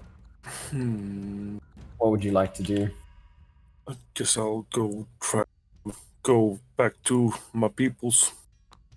Which particular peoples? Kind of all over the place at the moment. Majority of them over there. Well, two are up in the sky. One is going downstairs, and one is outside. So there's nobody really majority that you can congregate with. So where would you like to go? I'll Make- just skulk in the shadows. You're gonna hang outside by the door here. And I'll find some good shadow and step. Okay. I'm just gonna say you're gonna find the building closest to this one, and you're gonna kind of hunker down in the shadowy part next to it, and keep an eye on this. So it's all down to Cleef now, boys. Cleef and Lee, hopefully. Shrimp, you're floating in the sky. Hello. With diamonds. So how high were we flying again? Oh, like over 120 feet, correct? You're currently about 100 feet above the keep. Okay. I assume the building that Cleves just went to, it doesn't have a 1 foot of stone above it. That would be a pretty accurate assumption, yes. Good, because I just actually read my message spell. It goes to at least 1 foot of stone. Okay. And then I can whisper a message like, Cleve, yo, everything good? And he can whisper a message back if he wants. Goddamn brain voice. Everything good for now. Okay. And Okay. that's my action, because it's an action to do that. Okay. So Brian, you hear him say, okay, everything's still good. Dwarves' turn. Dwarves on the keep walls. Just move around a couple of feet. See a couple of them walk over, share some tobacco, light up. Your piece of rock shake free from the cliffside and fall away from the walls. One of them goes, huh, what's the I sniff the air to make sure it's tobacco. There's tobacco. You hear one of them go, must have been the wind. And one of the other dwarves like slaps him against the ear and goes, there ain't no wind down here, idiot. Cave. Oh yeah. These seem to be some of the dwarves that may be related to the people from Homeal. I was just gonna say, wow, that time you got around. Like I said, we don't talk about those families. Dwarves in the interior, though. This dwarf, kind of tired of patrolling, walks. Stops over here, looks at the door, still hasn't spotted any Cleef, puts down his axe on the ground against a wall next to him, takes out some tobacco, lights up, takes a drag. See this one walk over here to the door. Stares up and goes, "Hey, thought you locked the door." I was like, "No, I did." "No, you idiot! It's still locked. It's still open." Goes up and proceeds to lock the door. And Cleef, since you're by the pillar, sorry, I should have probably put this on a little bit earlier for you. You can see just barely.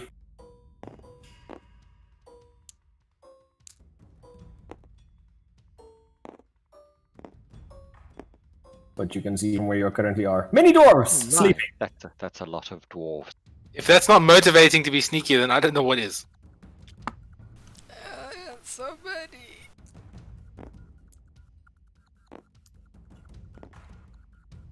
Okay, that's the dwarf's turn for now, that you can see. Going back up to Gralden's turn. You just saw somebody come up and lock the door that Cleef went in. Well, that's problematic. I have no thieves' tools. So I'm just going to carry on doing what I'm hoping is going to be constructive to help us escape when the shit hits the fan and carry on jamming doors closed. Alright. Make a stealth check for me as you go from room to room. Or from door to door. Natural 20. Oh shit. Okay, you are the knight. You are Batman. As you manage to spike 4 buildings. You have now spiked like 60% of the buildings up your shut that have people. When the Fantastic. doors will be open, they're going to have a hard time trying to get outside. Okay. Pretty effective stuff. Brienne. Everything still looks peaceful on the walls. Although you did see somebody close the door. Yeah. Lock the door that Cleef opened earlier with these thieves' tools. I sort of whisper to Shrimp, that might be a problem at some point. Maybe. Probably not. I don't think you need We're to fine. whisper. You're like hundreds of feet up. It's still a very good idea to be quiet. Yeah, I tell him, do you, making given our height, do you think? Well, I'm whispering quietly Lord to him. Griff. Do you think? That if we were to drag a dwarf up here if need be and drop them, they'd survive a fall from this height? Probably not. No. I mean, they do it kicking and screaming, so it would be very loud. It would take, yeah, but if the shit hits the fan, it might be a nice terror tactic as well. Could be. I also just now realized that I could have done something very big brain, but it's too late for it. You mean casting invisibility? No, I don't have invisibility. And had we done it from the beginning when we went fly, I could have used fabricate to use the roof, the rock roof, to make a giant boulder fall. Glorious, you might still get away with it, so... It's not enough time. I don't know how I'm talking to you, Mr. Elephant Man. Dwarves Sorry. are I'm very one with the fucking I'm one with the cosmos, so it's fine. It's fine. It's like I'm right there. He's one with chaos. Okay, Cleef, your turn. dead. Where's this dwarf facing? Facing towards you with a pipe in hand. Damn it. He's got his axe put down next to him, leaning against the wall. Pull out your blowgun. Mate. Maybe you could mouth laser him with a single hit. I don't think that's possible. Does the mouse laser have verbal components? It's not a spell. It's technically quiet. It's a ranged attack. You could, attempt to sneak attack really, really well. Kind of hard to sneak attack someone who's facing you. Well, I mean, you He are doesn't know I think you're there, if he doesn't know so- you're there, then it counts as a sneak attack, I think. That is correct. You're currently hidden. Because of the advantage. The pillar. The Pillar Man. Yeah, but then I have to hope that I can kill a dwarf in one hit. And hide the body before the other dwarf walks back down the Make a hall. perception check for me, Cleef. Perception. Oh god. It's Not so Fine. much. Well, as far as you can tell, he doesn't have the grey skin that Donald mentioned. as far as I can tell. Oh, it doesn't look like it. Well, nothing cleaved, nothing gained. Cleef pulls out his short bow and attempts to shoot. Okay. Wait, first for the campaign here, let's do this. Cleef shot his bow before. Once, I think. Okay. Do I, Roll your attack. do I have advantage? Correct, you're currently hidden. Oh, good thing I had advantage. That is a good thing. It's a very good thing. It. Okay, what's my...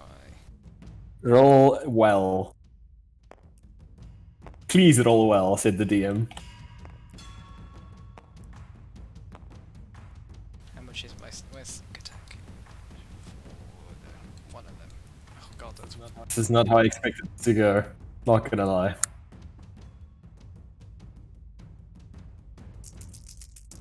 Come on, sixes. If it's not your fault, if it makes you feel better, it's not how we expected it to go either. 23. You hear a short and you hear a gurgle as he reaches up to his throat for the arrow and then tries to reach down for where his axe is, but he's already off balance from suddenly getting an arrow stuck in his throat, and he slides down, gets the wall, and just kind of sits down with a trickle of blood running down the front of his throat into his beard. Huh, neat.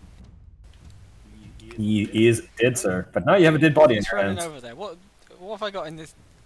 Can I make it to him? It's 5 feet, so 5, 10, 15, 20, 25, 30 could get you about there. Dash could get you a little bit further. I'll dash quietly. Okay, so you're gonna take up the body. I want you to make a stealth check first as you try and No, drag a I was gonna dwarven check arm. what's around this corner first. Oh, you like lean around the corner and look in there. And stop. Listen and look. And you hear rough dwarvish voices speaking from the interior of this room. Multiple dwarvish voices. You're not entirely sure how many there are, but definitely 2 or more.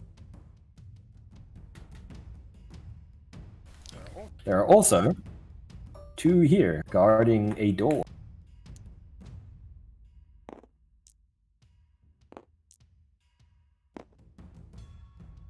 This one seems to be running around talking to that one at the moment. Okay then. I'm gonna get ready to drag the dwarf down this way then, hopefully. Oof. You're gonna pick him up, I take it. Sure. If you drag him, it's gonna be clattering armor for days if you try and drag him, and even so it's gonna be difficult to try and stealth with him from the jangling of his armor. And you have to carry his weapon as well. Unless you want to leave his weapon behind and hope that the other guy assumes you went for a piss or something. If only I could speak dwarvish. You can do it. If only I could speak to him. So, what you doing, Cleve? Yeah, attempting to pick up a dead dwarf. Okay, grab him, throw him over your shoulder, grunting a little bit at the weight since you're not exactly a strong human male.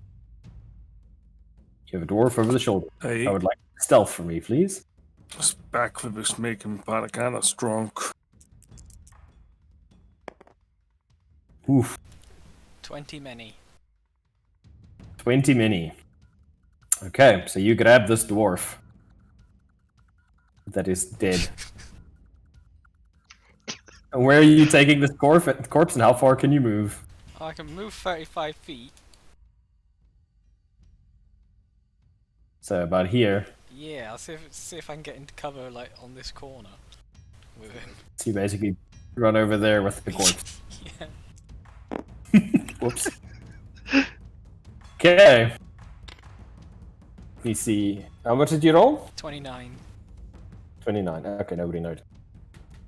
So they all have tanked their dick. They've tanked their dick. They tanked their dicks. That's why they're so Of distracted. course. I don't That's blame why them. they're so distracted. Okay, so you successfully snuck into the corner there without getting detected so far. Good job. Alright, so that is Cleve's turn done. Fane. If only you could understand the devish plan they're currently explaining in detail. Yeah. If only. Okay, Fane. What are you doing? Where did you? You're outside. This is the interior. You're not here. Yeah, okay, I'll fucking The only person You're out. currently in here is Cleve. okay. The other two are floating above you. The flight spell. Geralden is moving from house to house on the outdoor map I showed you before this one, spiking the door shut so that the inhabitants can't leave if an alarm is raised. Yeah, I'm just on watch outside. Okay, you're gonna stay in the shadows and just keep watch for the inevitable panic. Yep. Okay, Shrimp. What are you doing? Hello. Oh, I use message again. Yo, hey, you still good? If you're good, don't whisper back. If you need something, just whisper back what you need. Like, if you need some noise happening, we can do that. I do not whisper and save the reply. I made this bigger as well, so outside can still Good. be here. Okay, that was my action. I'm done. Okay. So, all done. That leaves us with dwarfies. This dwarf is going to walk back here. Grumble, grumble, grumble. Grumble. Looks around. Did you take his axe with him, or? Sure. Sure. Let's see if he spots you standing over there, because he's like looking around now to see where this guy went, and you're not really in cover from him. I'm in a ditch. There are stairs down. I'm crouched. Wow, that's awful. He rolls a 5, which is far less than what you roll for stealth. He goes, I forgot to take a piss. It's these chunky dwarven Cool. helmets. Chunky dwarven helmets. Okay, so he is still not suspicious. This guy walks over to this guy, hands him some jerky to eat. You see another dwarf step into view over here, but still with his back turned to you. We hear more voices from up there. Okay, that's going to be their turn done for now. Kralden. Do you want to attempt to strike the last couple of doors, I take it, eh? Yes, please. Make them stealth rolls, sir. Phew, 18. Damn, you people are stealthy tonight. Okay, Elephant Man, you spike the last couple of doors shut. Every door that now has an occupant inside of it, or every building that now has an occupant inside of it, excluding the one that Cleef is in, is now spiked.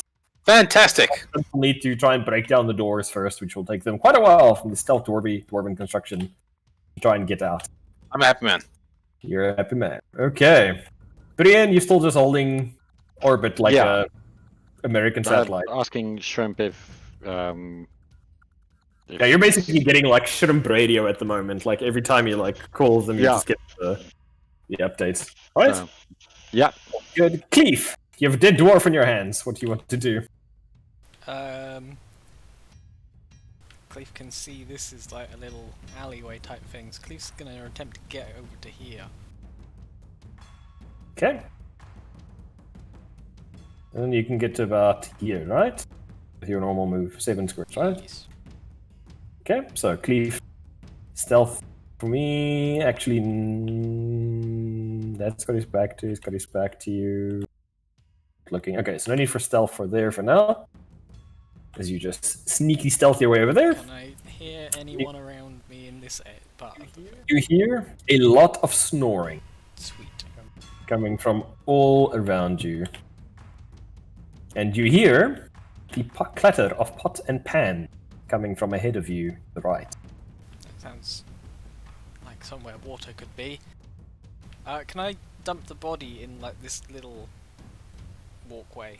Okay, you just like heave and throw him over the corner. Just like wipe down a little bit of blood that's like trickling out of the throat wound. Yeah. Leave him there. Okay. Metal boxes. Metal And boxes. then I'm gonna dash around to the corner. Tippy tap, tippy tap, tippy tap. Tippy tap, tippy tap, tippy tap. Okay, you hear lots of snoring coming from the rooms. You pass. Okay, what? Okay, glancing around the corner, you see a dwarf. In full armor, busy preparing a manwich of epic proportions. Just like Did you say a manwich? a manwich, just like an enormous Yeah. slab of sandwich. I that thought looks you mean a Dwarfridge. Looks like it's got most of an entire bison in there. Lots of mayonnaise, cheese, just like man's preparing himself a snack. How you And hungry? rock-sized chunks of salt. How almost done does the sandwich look? It looks like he's going to put the finishing touches on it like any round now. The next moment or two.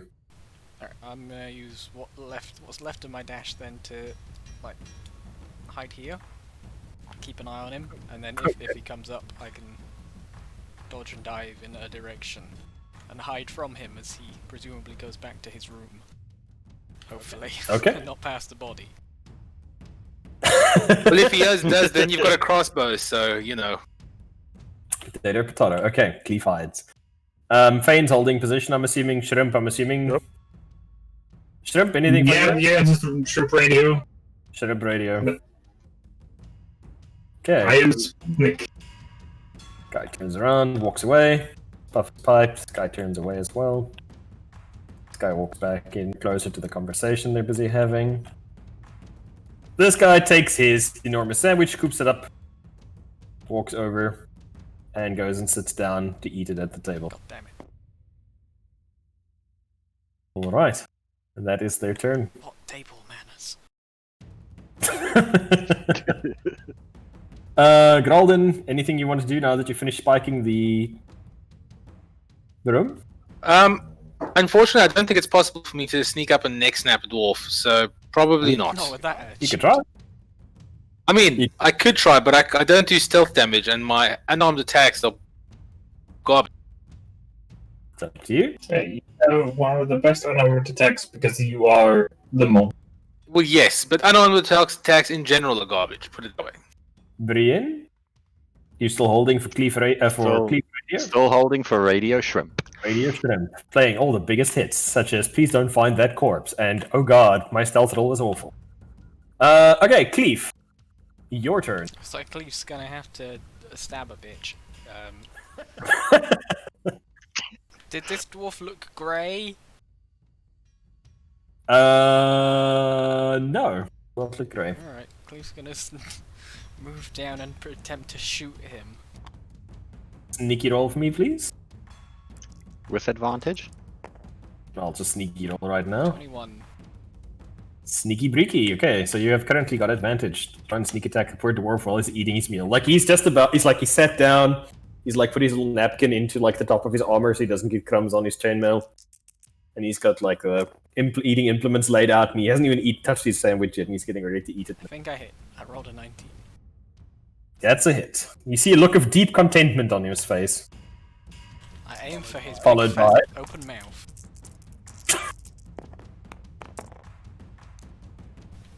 24 again. Thunk!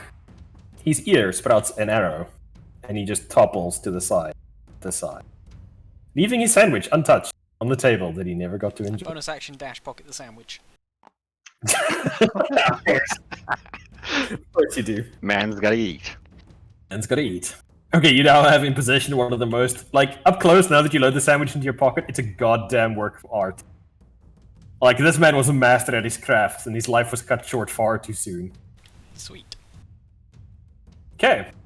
That is Cleef done. Rolling through to Fane, still holding position. Shrimp, I'm assuming it's Radio Shrimp. Dwarves. Yep. Fantastic. The change of the shift comes. Oh dear. So a number of Change dwarves of the- of the shift. I know, I was making a joke. Ah. So these guys start hitting back. These guys start hitting out. Hitting away to their positions. These guys are heading towards the dormitory to go and get food. Oh god, no!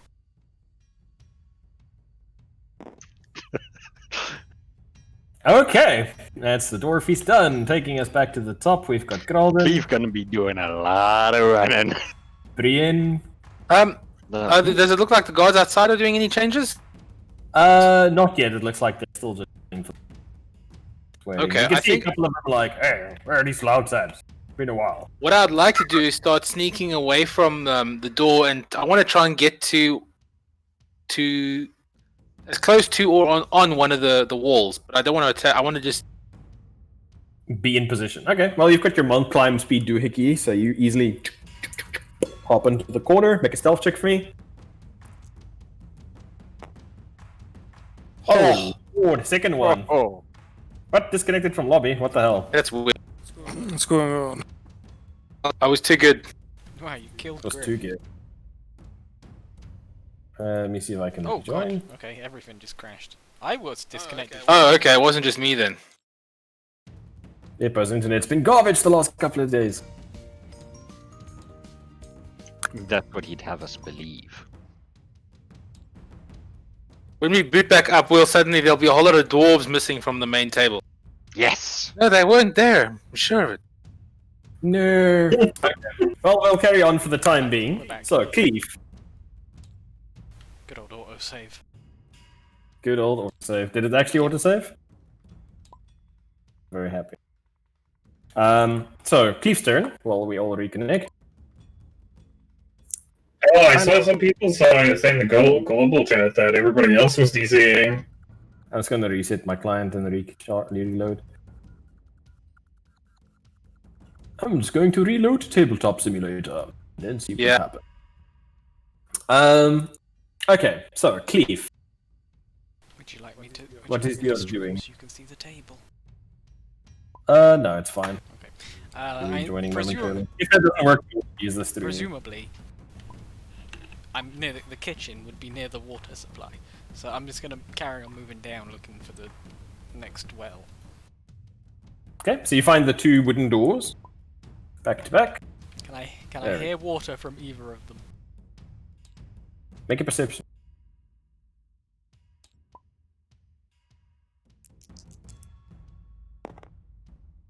Perception. Oh god. 26. Yep.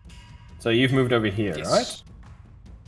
Okay, yes, you hear from the well side, you do hear the lap of... I attempt to open the door. It is locked, sir. Attempt to pick the door. Please roll thine lockpicks. Oof.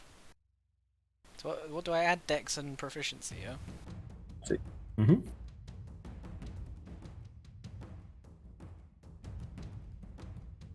$12. Just enough, as you manage to... And you see one of your picks bend slightly. You do manage to pop the lock. Push it open, and inside you do see a rather large well. I poisoned that bitch. Okay. Pop the vial. Pour the contents into the well. Easy clap. Okay, and then next turn, if you want, you can take the store over here. I may as well. I ain't get out here alive, so I may as well do what I can. That's the spirit. Fane still chilling outside, I take it. Mm-hmm. Shadum's in the air. Dwarf time. Beep, beep. Do you need anything down there? Beep, beep. I do not respond. Bop, bop. Okay. I hold my response. Why can't I copy now? Will you Oh, save and reload? Because I didn't promote you. Try now. Copy. There we go. So we had dwarves. Oh wait, probably move the existing dwarves, not make new ones, eh? Yes. that Please, would no be more better, dwarves. yes. Thank you. Dwarves heading out. Heading for the dormitory and to leave people. These guys getting ready to leave as well. And this guy is heading back to get... Alrighty, so that's the dwarf, he's done. Taking us back to Gralden, who's on top of the walls. Anything you want to do, Gralden? Just hold position for now. Gralden. Map? Come for now. Brian, you're still holding position? Yeah, I'm still tuning into Radio Shrimp as 104.7. Okay. Cleve. The late night show. Last door, Cleve. Between you and Freedom. He tries to open the door. Okay. Lockpick for me, please, sir.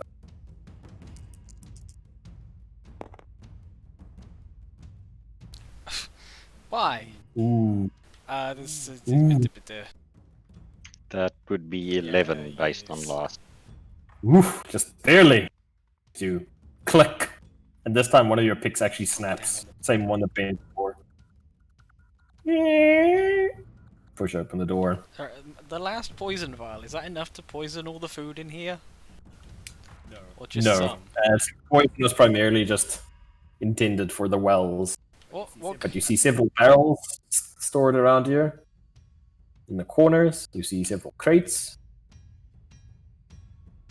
You see a sack lying on one of the crates. I poisoned the sack. The sack. Okay, you pop it open, look inside. See something that looks suspiciously like a rice. Pour a whole bunch of good old poison in there. See it seep into it. Do you want to pour the remainder anywhere else, or are you just going to put the whole vial in the Cleve sack saves for the now? rest in case he needs to drink it.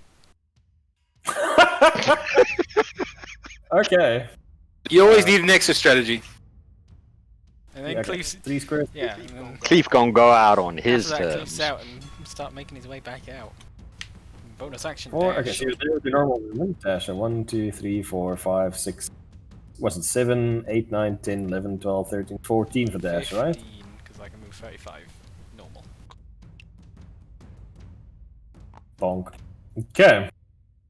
That's Cleve McGee done right now. Alrighty then. Fane. Fane still chilling up top, I take it? Yeah, I'm chilling in the shadow. Okay. Shrimp still doing Shrimp FM. Unless Shrimp Mhm. wants to manage something. Yeah, Dwarf no. are going to... How did they get that far? Bonus action dash. They're well rested.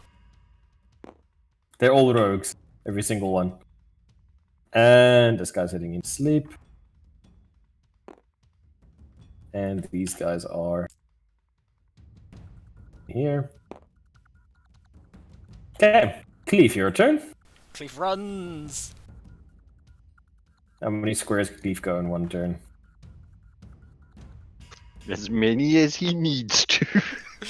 15 with the dash. And then 1. 7 more.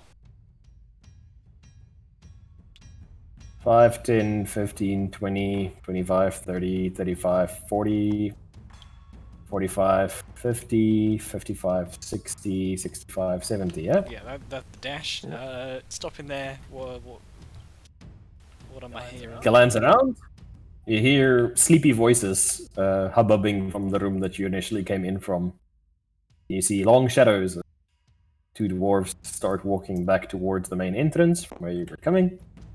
And you hear more voices coming down from the main room. It seems there are several more dwarves there than there were a moment. As far as seeing, you do not see anything yet. Okay, Cleve's gonna move to here for now then. Okay, the remainder of his movement. Okay. Eyes. Okay, nobody close enough to really hear you. It's good. Right. If everybody's good, I'm just going to do Cleve's turn next, unless somebody else wants to do anything. Yeah. No, I'm good. That's Well, fine. I'm good. Okay, dwarves are going to 5, 10, Why are they moving back to where they came from? hold on, I'm just checking something quickly. Checking something in relation to the Cleefville and the dead bodies. 10, 15, 30, 5, 10, 15, 30. Got here. And these guys are going to take position. Fresh, she-eyed, eyed. Okay. That's going to be them. Cleve, your turn. Run and move that body further back. Buy yourself some time, Cleefy. Cleve's gonna run up to here, and then try and get the body over into this one. This one. Make a stealth check for me, please. Roll well. 26. Okay.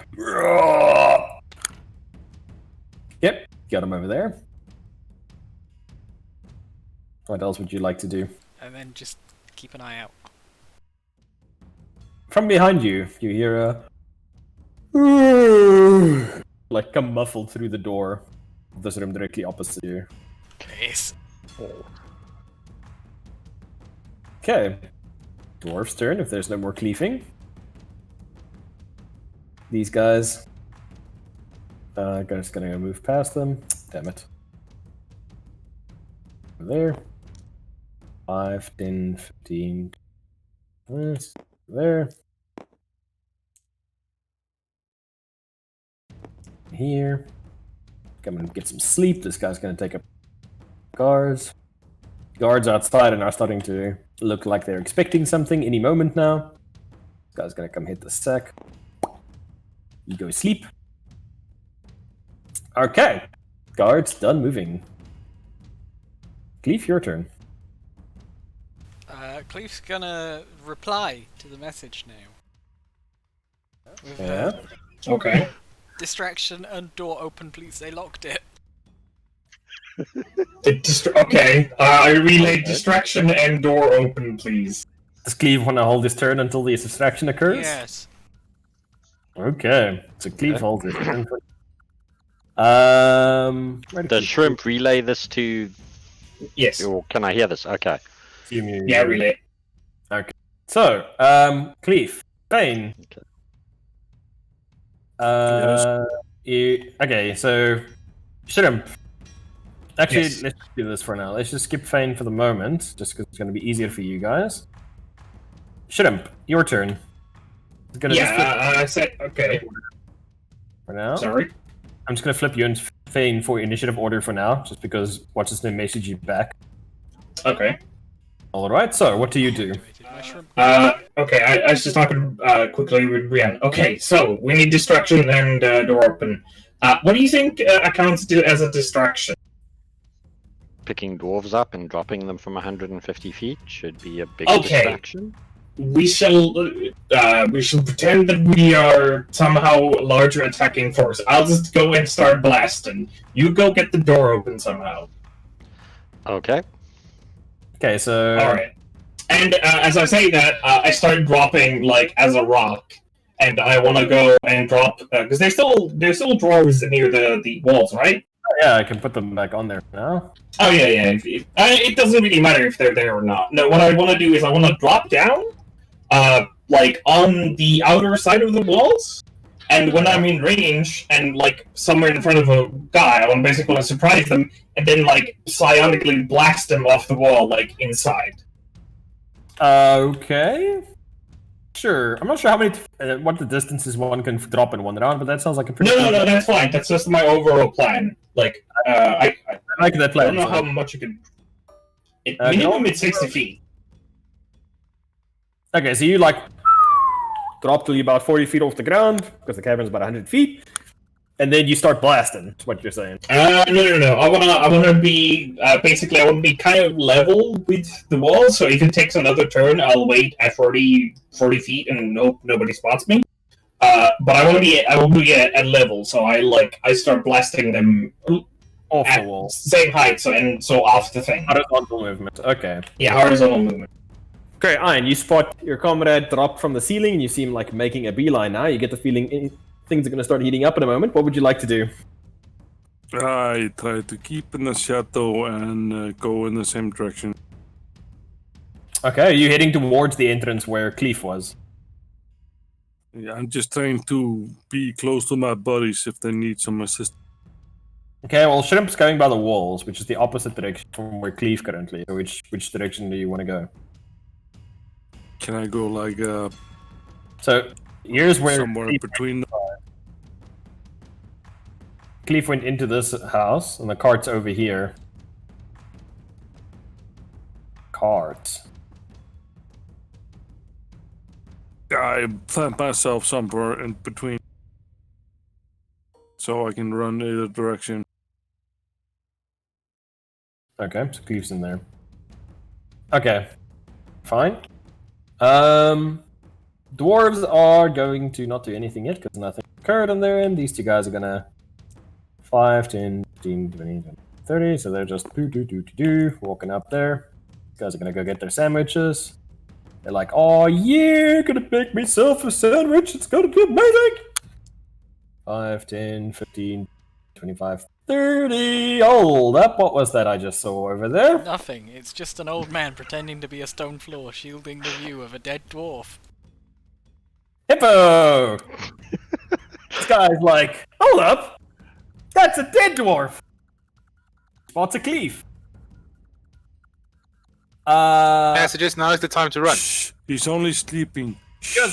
He goes, "Ah!" And as he's about to like shout, you get one reaction. What would you like to do?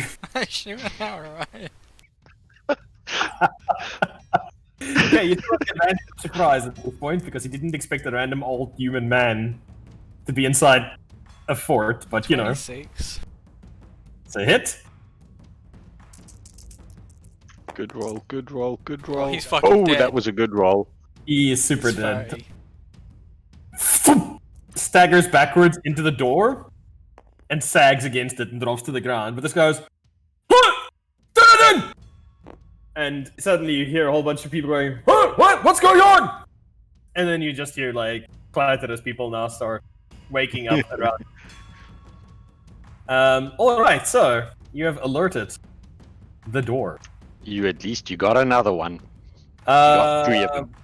So that's going to be the dwarves' turns done. Grolden, you don't actually hear anything because you're too far away from the bottom and it's all stone. But you see Shudder start dropping like a rock from the ceiling. It looks like he's getting ready to pull some nonsense. Oh dear. Well, in that case, I'm going to assume that something bad has happened. So Alright. I'm going to run up to the nearest dwarf and dropkick him in the face. Okay, so you run up to the dwarf on the cliffside. I'm assuming you're on the far right of the fortress, so Yeah, I'm fine with that. yeah, I don't know which wall you wanted to climb. Which one do you want to do? This side or this side? No, I'll be on the left.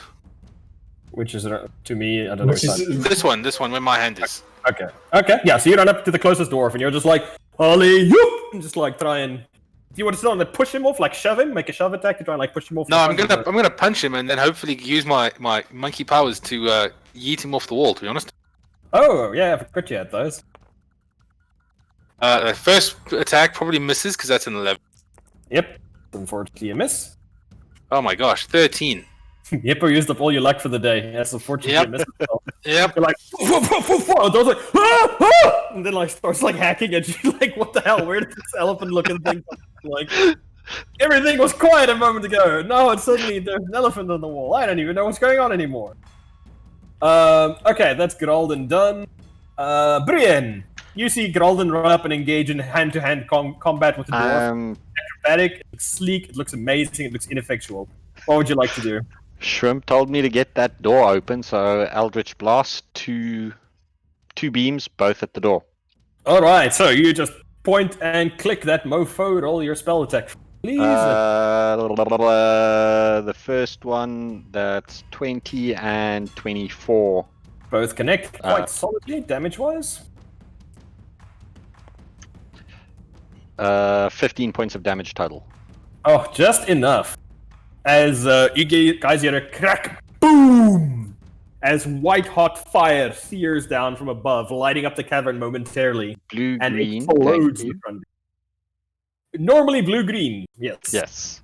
Yes, and just pops that door, the wood just combusting. Can I, like, could I be allowed to cast Minor Illusion as well to make like a lot of noise accompanying that to try and get the attention of whatever's inside there?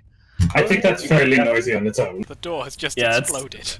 The door has exploded. You have made many noise. Like most of the doors on the wall, you're like, hey, what? And hopefully done some, you know... What? And this one is just like, oh god, there's an elephant on the wall. And this one is just like, what? What's going on? Okay, so that's pretty effective. And then also I'm going to, as my bonus action, I am the guard near... wait, I'm too high up, it doesn't matter. I'm 100 feet up. So. Sure. Where's Brienne? We could put him over there as well. For now. Over here. I have moved. Fane, put yourself where you want to be. Just be very careful. Sorry? Sort Sort of there, but about 100 feet up, because I just blew the door open. Fair. Damn it, why is it so hard to maneuver this Gralden token? I have no idea. Gralden does not want to be maneuvered. Okay.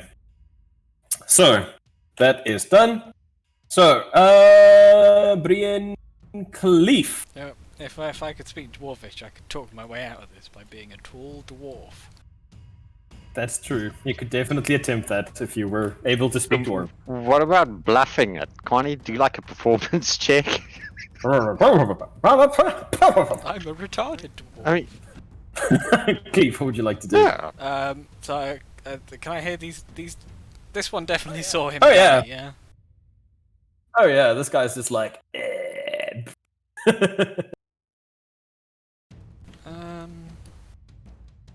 I, The door also just got blasted. can I move action dash bonus action dash? Move, action dash, bonus action dash. Yeah, that's How far is fine. that gonna get me? 4, 5, 6, 7. Yeah. 1, 2, 3,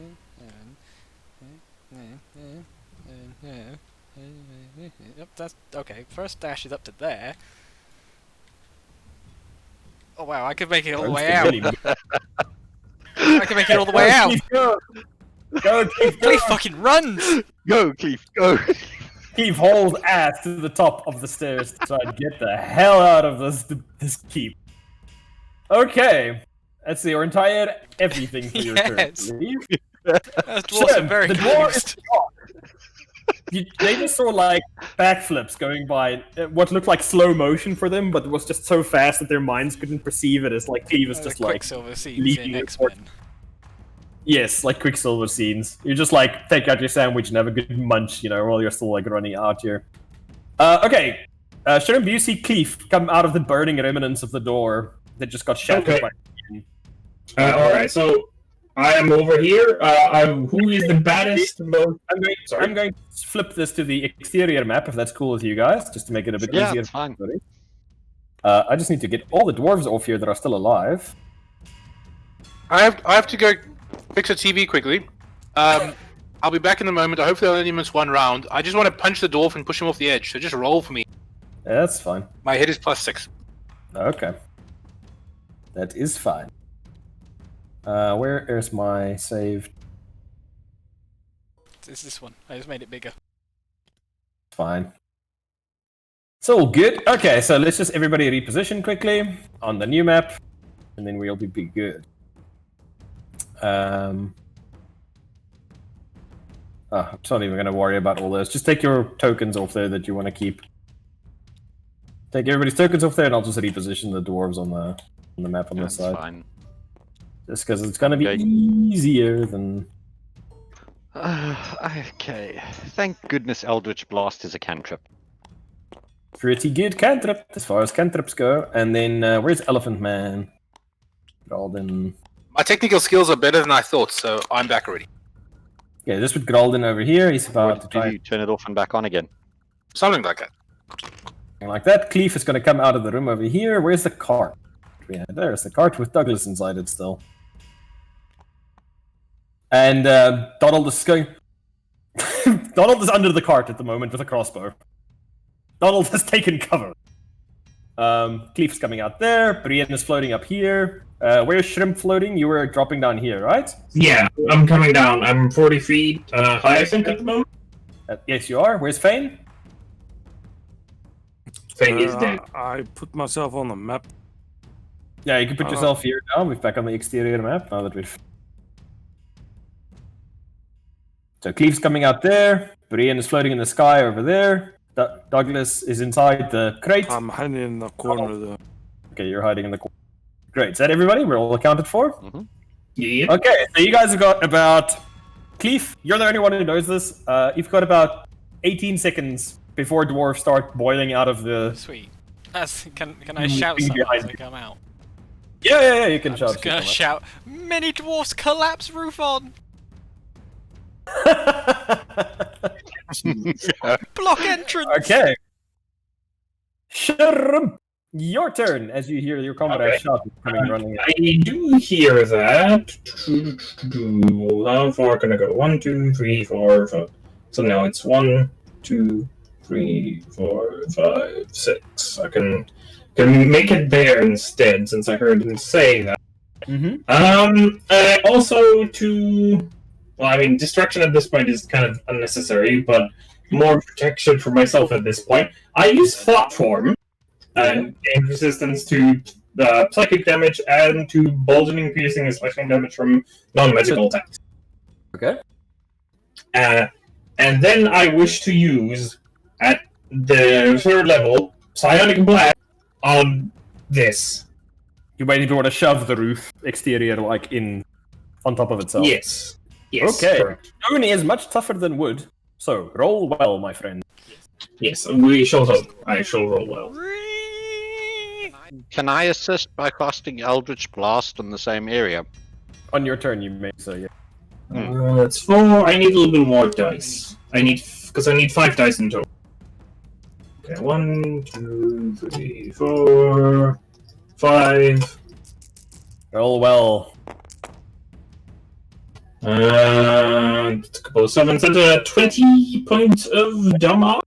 Don't you have a thing that rerolls 1s and 2s? You are correct. Thank you for remembering. Reroll. Actually, reroll rolls. What does it reroll? Just 1s, I think. Or is it 2s as well? Just give me half a second so I can remember where that is. It's a good thing I remember that from like you told me about it once. Is it Psionic Focus? Okay, it is only just 1s. So that is a total of 26 points of damage. Not too shabby, as you manage to blast a 10 by 10 foot area in the ceiling that starts to collapse on top of the hallway that Keith just passed through. I'm also now like a glowing dot in the sky. Yeah, Cleve, you just see like this glowing like firefly of psionic energy floating above you that you assume to be Ferrendo that you've seen before doing that while you guys are fighting the squid. My thumbs up. Okay, so a large part of the ceiling collapses, partially covering the corridor. It will greatly hamper in anybody's exit from the building. Okay, Shrimp done. Fane, your turn. Donald's like, did any of you have a plan how to get out of here? Murder! I Seem like they shoot somebody. We didn't think that far ahead. Fane, you run around the corner. Yes. Okay, what do you do? Can't see anything, so I'll just hunker down in the corner. I blend. I'm one with the. Okay, you just hide in the corner. Hide, action, all good. Dwarf's turn! People are still running up to the entrance, where you can now hear shouts and screams coming from inside Cleef. Very angry people. Given that I'm high up, can I actually see anything inside that hole? That angle. Yeah, if you drop down a couple of feet, you should be able to angle it to see in. Yeah. Well, that's cool. Okay, so Dwarf's turn. Those guys can't do anything. These guys on the walls are like, oh, holy shit. Start running up into the walls. They're going to start peppering everybody they can see on the ground with their crossbows. This guy's going to run over with his axe to try and... This guy runs over. Yeah, that guy. Actually, he's going to run over here to assist his friend. Okay, so that's just going to be 5 crossbow bolts fired down at the ground. Ah, damn it. Can't see my stuff because the... I'm going to use your dice, Hippo. The thing is great for me. Let me reload quick. Nah. Don't have anything else there at the moment, which should be important. Oh, natural 1 for that one guy. So we got a... He shoots himself in the leg. He's now crippled for life. 22, 20, and 12 to hit, all fired at a leaf from the Dwarfsicles, and this one is fired at Fane. So Fane, shot at you, misses. Cleefy boy. Yeah, 22 and 21 to hit you. Yes. Two minor hits from the crossbows, and that's just... Wow, pathetic. 3 damage from the first one and 3 damage from the second one. I half one of them. Fantastic. Alrighty, that's going to be the dwarves on the walls. This one's going to make some attacks against Gralden. Gralden is going to try and shank you with his battle axe. He's just going to try and do his best like Mama taught him. 2 attacks. AC Gralden? 17. 17. It's 1 hit. And that's just going to be a moderate. Ooh, not bad. 11 points of damage. Okay. He hacks into you with his battle axe. You're like, oh, still freaking out because there's a freaking elephant in his wall at the moment. Okay, that is going to be them done. Gralden, your turn. Gralden wishes to retaliate. I'm going to punch him again. Gralden, punch. Okay, roll your damages. What the hell? What the hell? Hippo, you used up all your dice on that stealth This session. table's dice are bullshit. Here, let me get rid of it for you. Did it? I made you some new dice. Use those. Thank you. Okay. So, do you have any more attacks, sir, that you're throwing out? Just the 2. I could have done flurry of blows, but I missed everything, so I can't. Boo. Jesus Christ. Okay, Gralden, done. Throwing out attacks. Still looking spectacular, looking fabulous. Still not doing much. Brienne. I'm assuming you're going to drop down I slightly. drop down about 20 feet or just enough so that I can see in there. Can I to the point where if I can see dwarves there in the wreckage? You can just see like one dwarf as he coming up the stairs still, because most of them are going to take a couple of turns. He's gonna get 2 eldritch blasts to the. Okay, wham! Once more, firing those beams of ravening energy down into the corridor. Yeah, that is 25 to hit and 8 to hit. 9 8 to miss, hit, sorry. 25 hits. Roll a damage, a d10. Woohoo! 9 points of the force 9 damage. points damage. You hit him, and it actually like shatters the links on his armor on the right shoulder, and he's gonna spin around, right himself, and then carry on running up to the wreckage, determined to get to grips with these invaders. Alrighty then. So that is you, I'm assuming, Brienne Cleef. I'm maintaining my height because at this point in time, everybody's focused on the people on the ground. So It's good. Cleef, you're puckering. A lot of masonry just missed you, just barely. What do you want to do?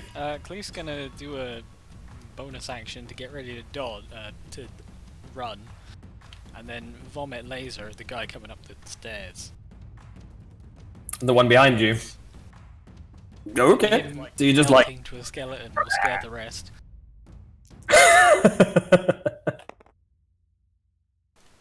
26. 26. Yep, that's a hit. Roll them damages.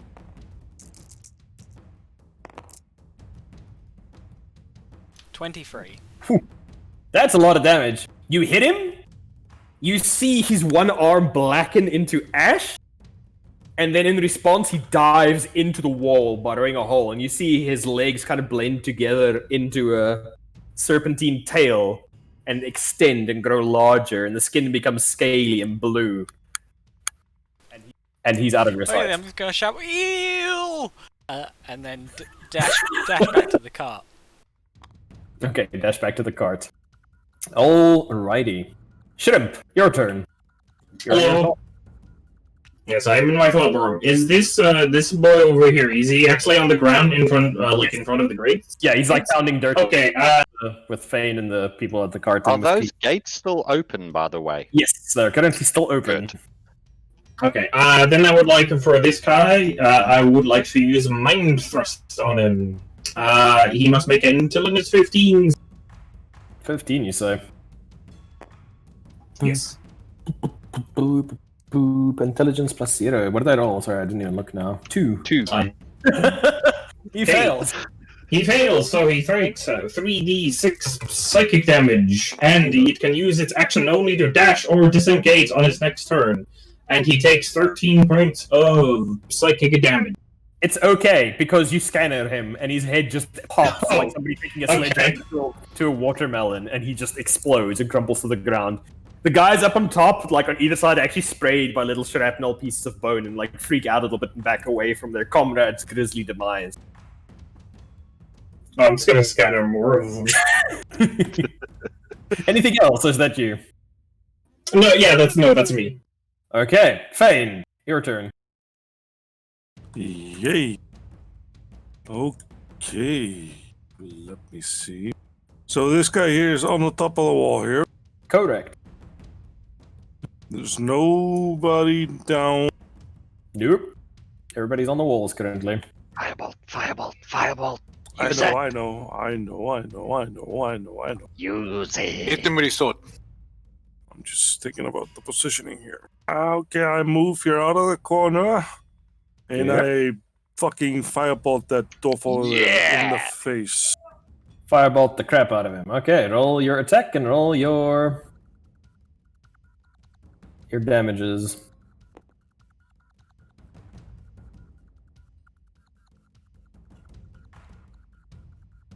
Yep. Yep, what? Talk to me. Sorry.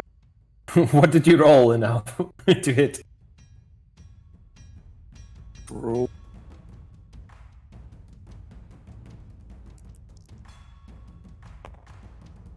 No, that's the wrong fucking. Keep that as your damage roll in case you hit.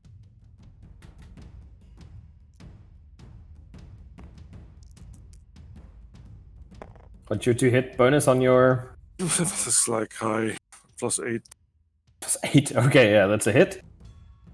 Alright, so you hit him for 10 points of fire damage as you melt a chunk of his armor into slag, and it actually drips down off the front of the Then I step. different corner. Okay, it's all good. Makes sense.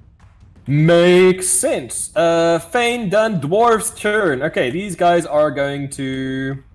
Actually, they don't need to move. They can just maintain distance and fire from where they are at the moment. This guy's going to move here. They're going to start picking off the people they can see, which is going to be the 3 of them fighting at Brienne. This guy's going to rush up to engage Gralden. When did they see me? What do you mean, when did they see you? When you fired giant glowing beams of light down? yeah. Yeah. Damn it! How could they see? They were looking at the ground. They weren't How looking can up. they see me? Says the humanoid lighthouse. These 4 guys are going to just engage in hand-to-hand altercations with you, Gralden, aggressively. 2 of them hit you. Oh dear. Unless you want to use a key point to dodge or something as a reaction. But Let me just see if I can do that.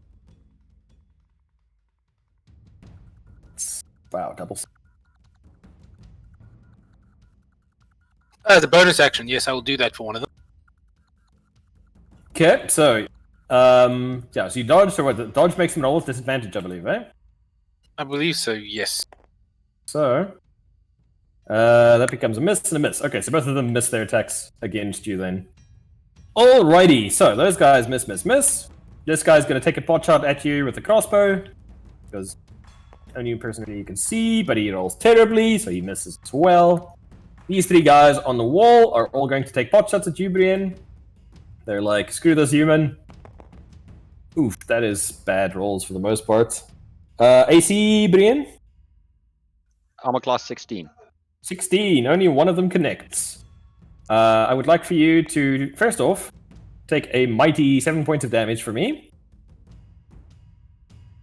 And then second thing I would like you to do is make a DC 10 concentration check for me to see whether you maintain your concentration on your flight spell or whether you plummet to the ground. Give me a sec here. Concentration is D20 plus spellcasting, hey? No. No, that's your concentrate. No, it's your constitution. But Constitution bonus. yeah, it's a constitution. Isn't it Yeah, a constitution saving throw technically? It's a constitution check, technically, yeah. Oh, I should check. But hang on. Mm-hmm. So if you have anything that can give you advantage from constitutions, No.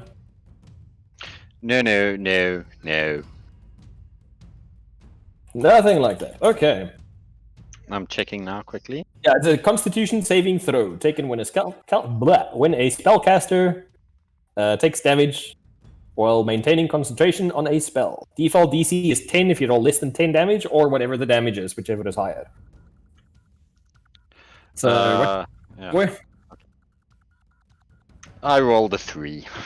Aha! And you are still maintaining initial height? No, I came down Came down to You're about 30 70 feet up. right? Yeah, give or take. Give or take. Okay, so Well, how low did I have to go to see there? What was my you height above dropped the down to ground? about 30 feet, fired into the Okay, yeah. back the inn. Okay, so Wait, this wait, wait, wait, wait, wait, wait, wait, wait, wait, sorry. I have advantage on my throws. I've got Warcaster. Haha. Reroll that boy. Roll better than a 10. 12. There you go. As you like thunk. Oh my god, I'm gonna drop like half a foot before you manage to reestablish concentration on the spell, and you're like, I was trying to find it. I knew I had something. I knew I took something that was supposed to help. That I'm like, where is it? Okay. However, I've got some bad news for Cleef and friends though.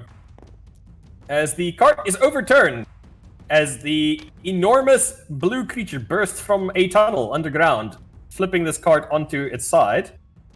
I'm just gonna put this there against the May I wall. also suggest, Frienderini, that we just flee?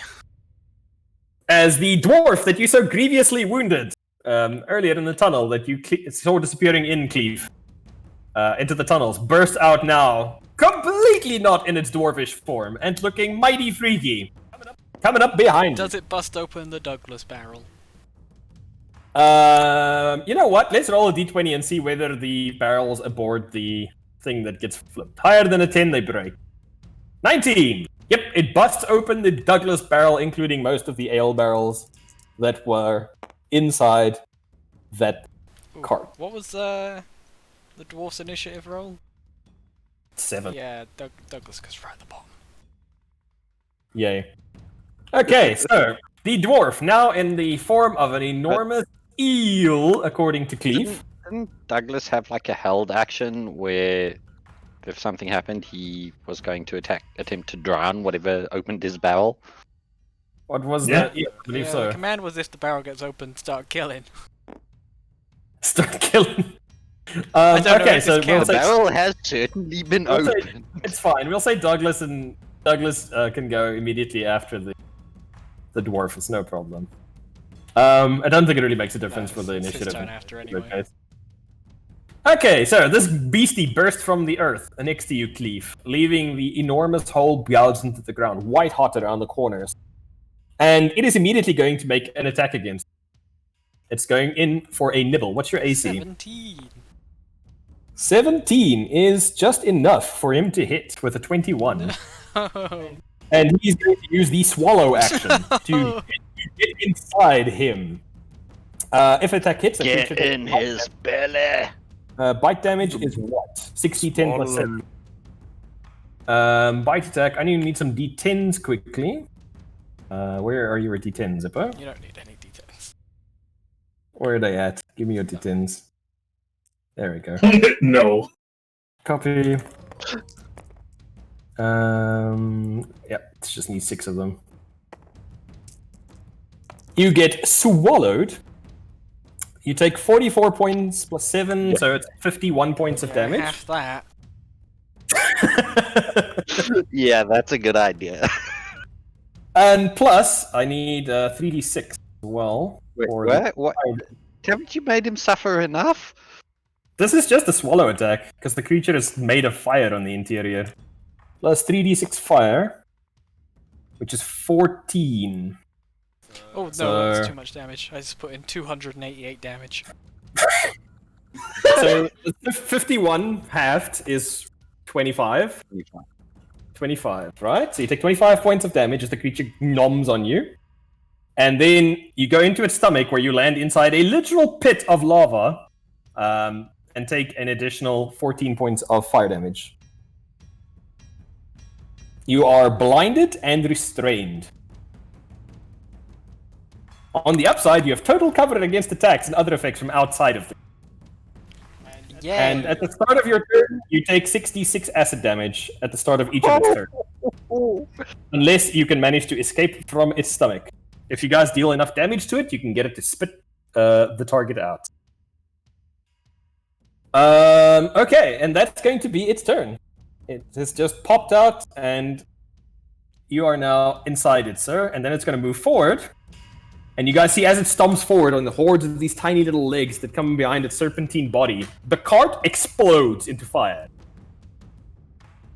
Douglas starts steaming, and Fane, you take 10 points of fire damage just by being close to.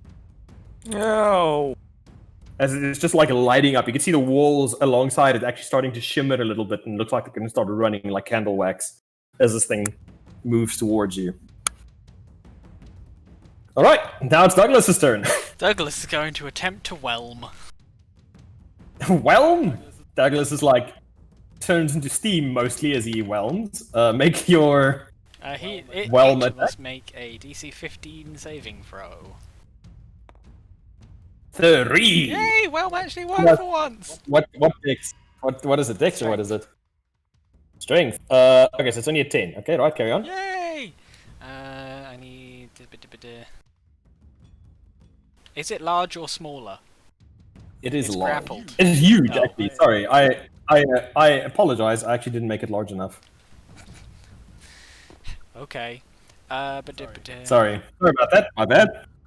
I misread the stat block. Then not really much happens. It'd be what?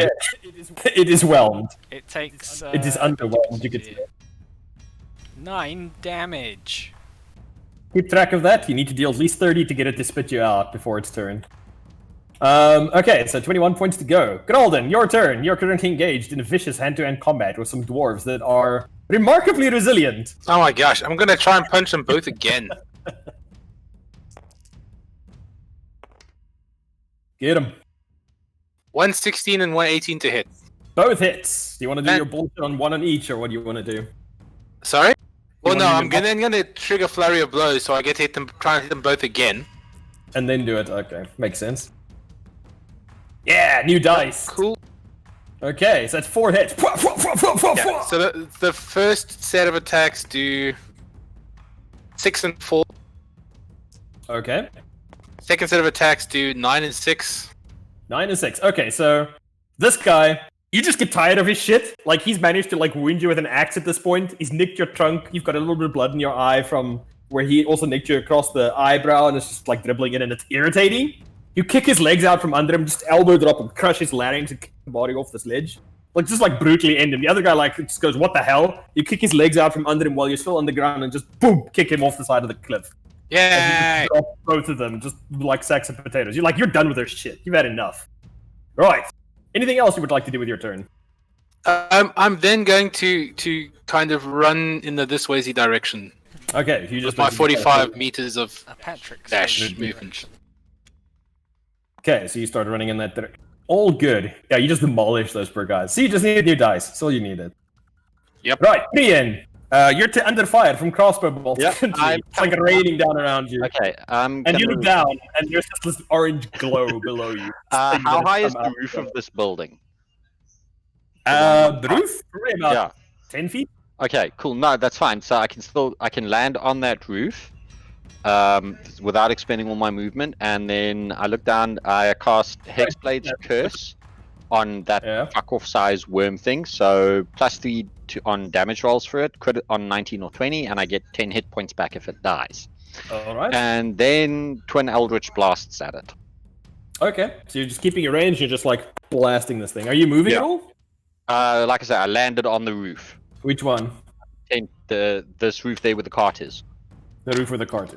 Oops. And the Yeah. beast is slain. Yeah, Okay. everyone needs to reset their lift height. It's like set to super low at the minute. That's why when you move and stuff, Oof. hitting everything. Fine. Only one of my Eldritch blasts hits. That's all good. Roll damage, sir. How much did you roll for your attack?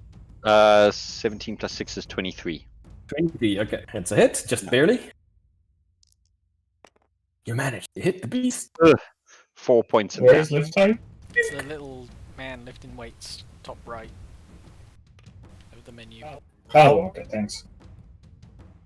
Okay, pink. You blink it for 4 points of damage. Keep track of that hit points. So that was 13 points dealt to it so far. Okay, Gralden, Brian, Khalif. Let's see, Swallow. Let's see, do you do anything?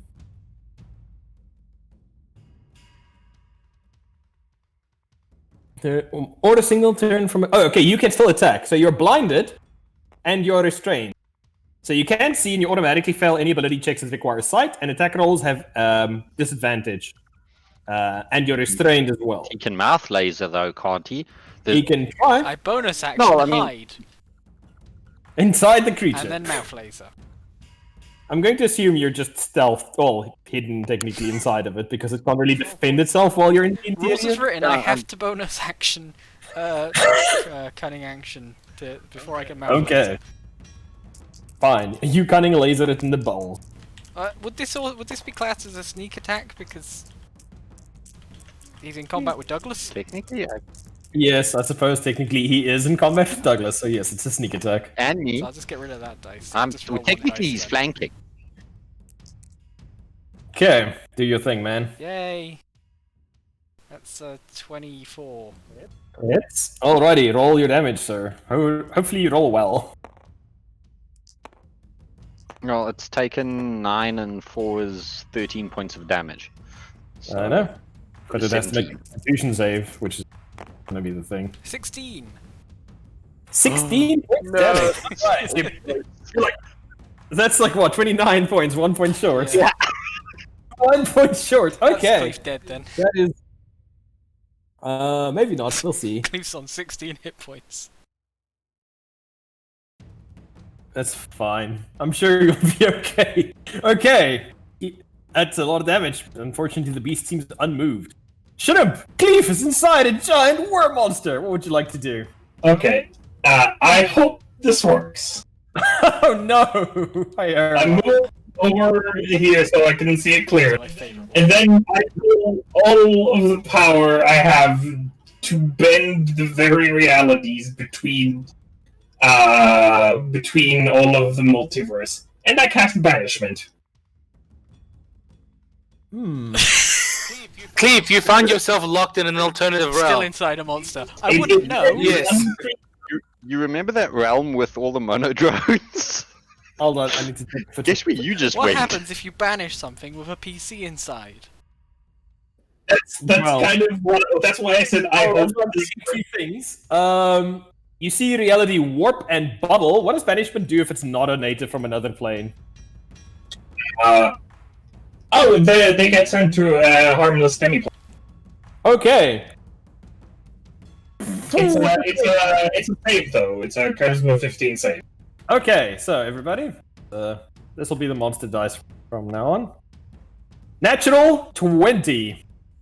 Bollocks. Okay, well then. That's the Fizzle. monster from now on. Fine, be like that. Monster's like, no, no card. Okay. It appears to be okay at the moment. Is there anything else you'd like to Do I get Nope, banished? that- I want to because stay I on the wasn't targeting save. Hold on, do you need 5 for any banishment? No, I have to. Yeah, I have to see it. I don't see Cleave. Yep. Plus, that wasn't my intention to send Cleave. It was to send the worm, so Cleave's kind of Be like. fair. It, It is inside Cleef, so Okay. or Cleef Hey. is inside it. You're on fire. Everything is pain. It looks like the One very essence of this 1 creature point of damage. ignites the area around it. What would you like to do? If you hit it or stay close to it, you're going to continue to take fire damage.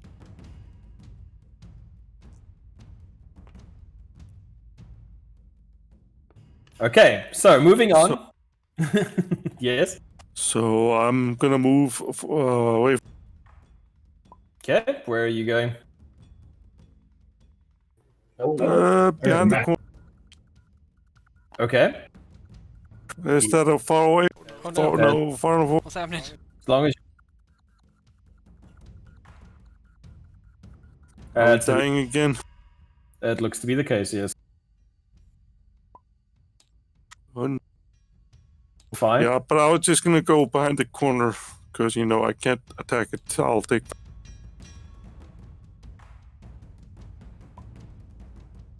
Okay. Damn it, Hippo. It's not my fault, it's tabletop sim. Stream that shit.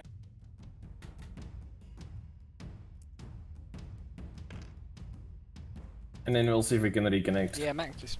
Yeah, people are joining again. Yep, I'm back in. I never left. I never left, which is quite weird. That normally doesn't happen to me. Okay, so make me black, Hippo. And don't forget to. So you are around the corner. How are you planning on dealing with this menace, Fane? Give me a minute to get it. Okay, while you're thinking about that, who's after Fane? It's gotta be the dwarfs. I'm gonna have the dwarfs maneuver so long. Brie! Yeah. Guy's gonna be a little closer. This guy's gonna run down over here. Okay, Ein, what are you doing? I was just gonna go behind the corner here. Yeah? And Is then that what? far enough away from not get fire damage from the... It is, yes? Hmm. And Then I will mind spike it. It will mind spike it. Okay. What do I need at all? What do you need at all to mind spike something? You will reach into the mind of one creature you can see within range. The target must make a wisdom saving throw or taking 3 dice 8 physical damage, psychic damage on a DC? failed save. Difficulty check of your spell casting. What is it? More than... it says on the spell line. It's 15. Okay, so it fails. Roll your 3d8. Is it not more because you can't always upcast your spells? It does that already. Well, it is, yeah. Okay. Roll your damages. Roll your d8. This is 8, yeah. Yep. 40. 14 points damage. Alrighty, we finally passed magical 30-point damage threshold. So I would like you all to observe. If I roll a DC 15 Constitution check, it manages to not regurgitate Hippo. If we roll over that, Hippo stays inside the beastie. Behold the yellow dice. 13! Oh. Okay. You mind spike it right in the brain pan, and this former dwarf is very confused for a moment, and then goes and hucks out Hippo onto the ground, covered and singed in like this acidic boiling liquid that was inside of its belly. Very nice. Is there anything else you're going to do, Ein? Is that it? That's it. Okay, these 3 dwarves over here, seeing there's a Fane quite close by, Oh yeah, I forgot about the fucking dwarves there. are going to help you with some crossbow bolts from the side. AC, Fane. 17. 17. Okay, so we've got 2 hits, and then we just need some d8s. They roll a mighty 5 and 9, so 14 points of damage as you feel a thunk, thunk as 2 of the crossbows slam home. Ow! Running over to you, Geralden, draws his axe, goes in for the hits, meaning to put you down like you put down these 2 Thrin. Oh, dear. Screaming, beard flailing, Are you- he rolls awfully. That's okay, because he misses every single thing. Just remember to use your dodge action on your turn next time. Oh, okay. It's all good. Okay, but anyway, he misses regardless. He's just a terrible, terrible dwarf. He's distraught by his friends dying, and he's just sad all around. However, this guy is very unhappy with everybody here. Moves a little bit forward. Ow. Poor Cleve. What a way to cleave. Let me just see. Make sure that touches the Demoras. Actually, no, you'll be fine. Because then it happens on end of your turn and you can move away, so you'll be good. Okay, so he is going to swallow Douglas. He is going to just attack. Douglas!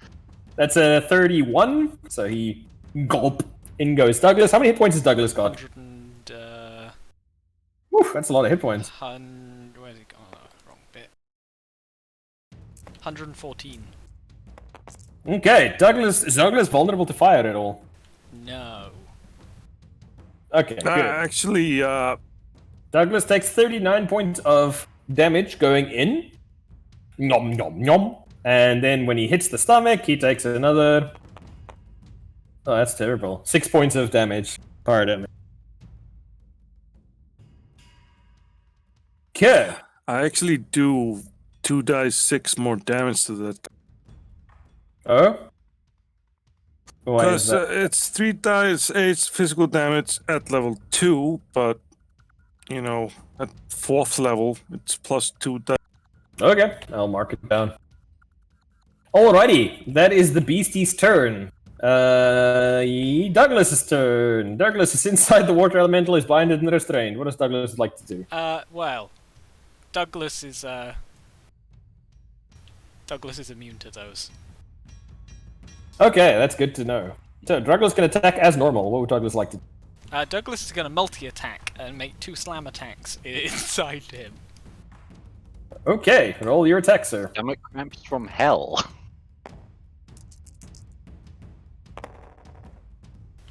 The monster's gonna eat some Gaviscon after this. 10 and a 24.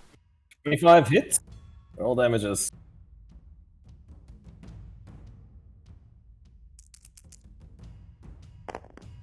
God damn, poor dice. That's 10. Oh. 10 points of damage. Douglas takes another 10 points of damage as he punches the creature. Alrighty, so that is going to be Douglas, and top of the initiative order, Gralden. Still clearing out the walls.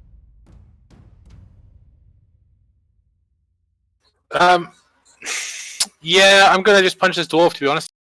Okay. Bam, bam, thank you, ma'am. Roll them hit. 16 and 18. Both hit. Then I will flurry of blows and punch him twice more.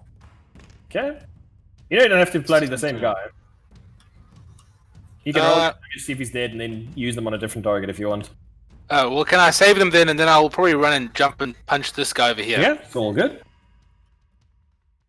How much damage does from the first 2 hits? 8 plus 6, so 14. Okay, easy peasy. Run up, kick his legs out from under him, help him down, slam the back of his head into the stone, and leave him a dribbling vegetable that will probably have to be fed by his And I'm family. gonna run and jump across and then punch this guy. Okay, fwa, fwa, fwa, fwa. 2 more attacks going in for the beats. 6 plus 5 is 11. Oh, roll your hits first, sir. Oh, I rolled the...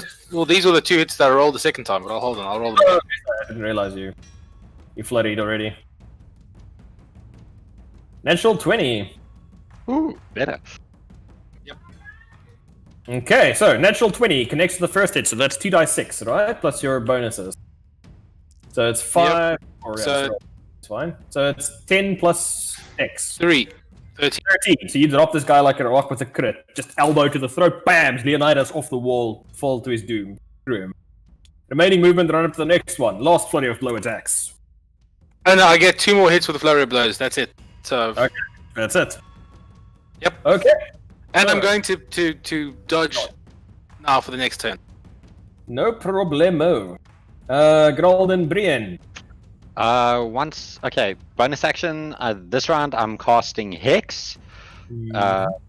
So, and chosen ability that he's going to suffer with on this one is going to be Wisdom. Yeah. And yeah, then he's going to suck on 2 more Eldritch. Okay. Go for it, sir. Oof. 17 and 15 to hit. 15 co next. 1 beam.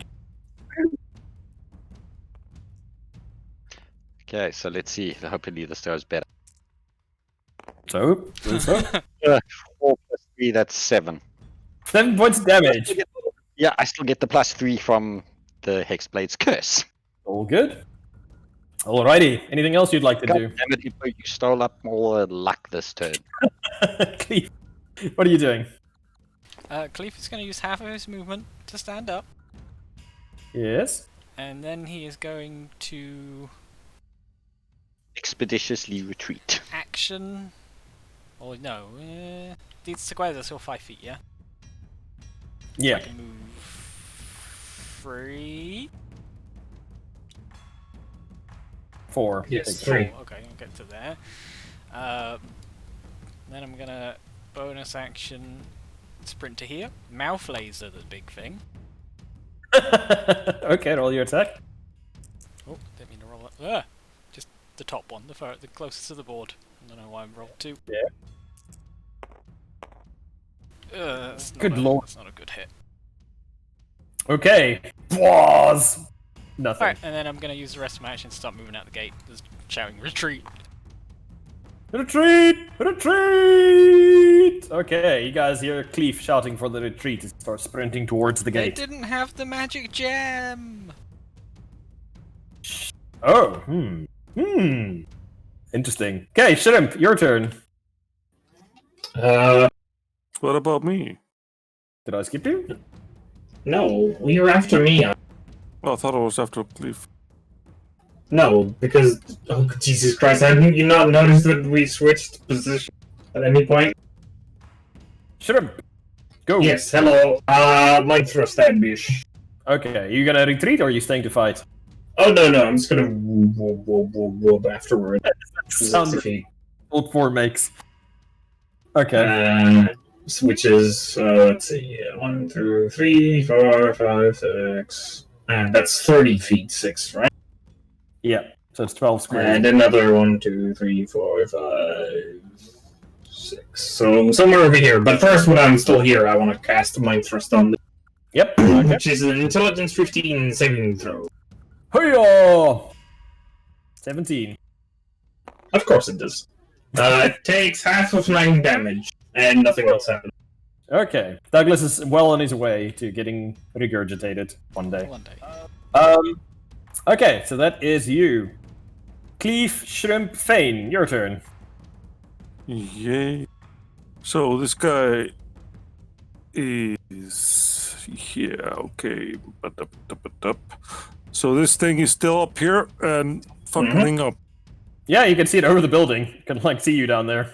It's like, hello, little meatling. How injured is it looking, just by the way? Not very. Doesn't look phased. Yeah, well, I'm gonna fucking mind spike it again. Okay. You got 2 spell slots, right? So it'll be the last one, I believe. I got more than 1, 2. Yeah, Let me check. Okay, so 15 you said, eh? And... passes. What happens on a pass? Yeah, it's 3 dice 8 plus 2 dice. Does it get halved if it passes, or what happens if it succeeds against the save?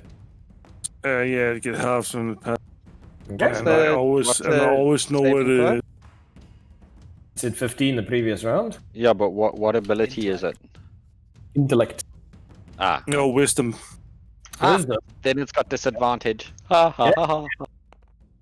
3! Okay, so it fails. And all your dice for the damages. 27. 27 points of damage. See it flinch backwards a little bit and starting to look irritated with you now. Anything else you'd like to do? Move Okay. in the corner here. No problem. Fane's turn completed. Dwarf's turn. Douglas coming up. Douglas is not coming out anytime soon. Douglas is, in fact, since Douglas is starting his turn inside the Remoras, is going to take 66 damage. I thought Douglas should be Grab some spat out now. You are correct. Let me just roll for Constitution quickly. See if Douglas gets spat. Douglas is still inside, unfortunately. He's a +5 to his Constitution modifier with a con of 21. But it's okay. Douglas is getting digested. He only takes 18 points of acid damage inside the Remoras. But it's now the dwarf's turn. These guys are both dropping their crossbows, engaging in furious hand-to-hand combat with the elephant, because they're terrified of getting murdered by this wall-sweeping elephant machine that's just been going through his teammates like scythe through wheat. And they all fail freaking terribly. Glorious. Not a single hit. You're just like, just like you're slapping axe blades aside, and you know, nothing is getting close to you. Just like dodging, weaving, bobbing, and just Nothing. Nada. Bullshit. But the Remoras is going to use its Tremor Sense, burst through this wall next to you, Fane. The And what? Tremor Sense. It's got a 160 foot. What is the thing called? Remoras. Ah. It's going to bust through the wall by you, Fane. It's going to make a attack. Oh yeah! Cool at work. It's 31 to hit. And it is attempting to swallow you, sir. So, first you will take some piercing damage as you go down its gullet. Attempts. So how can I not make it swallow me?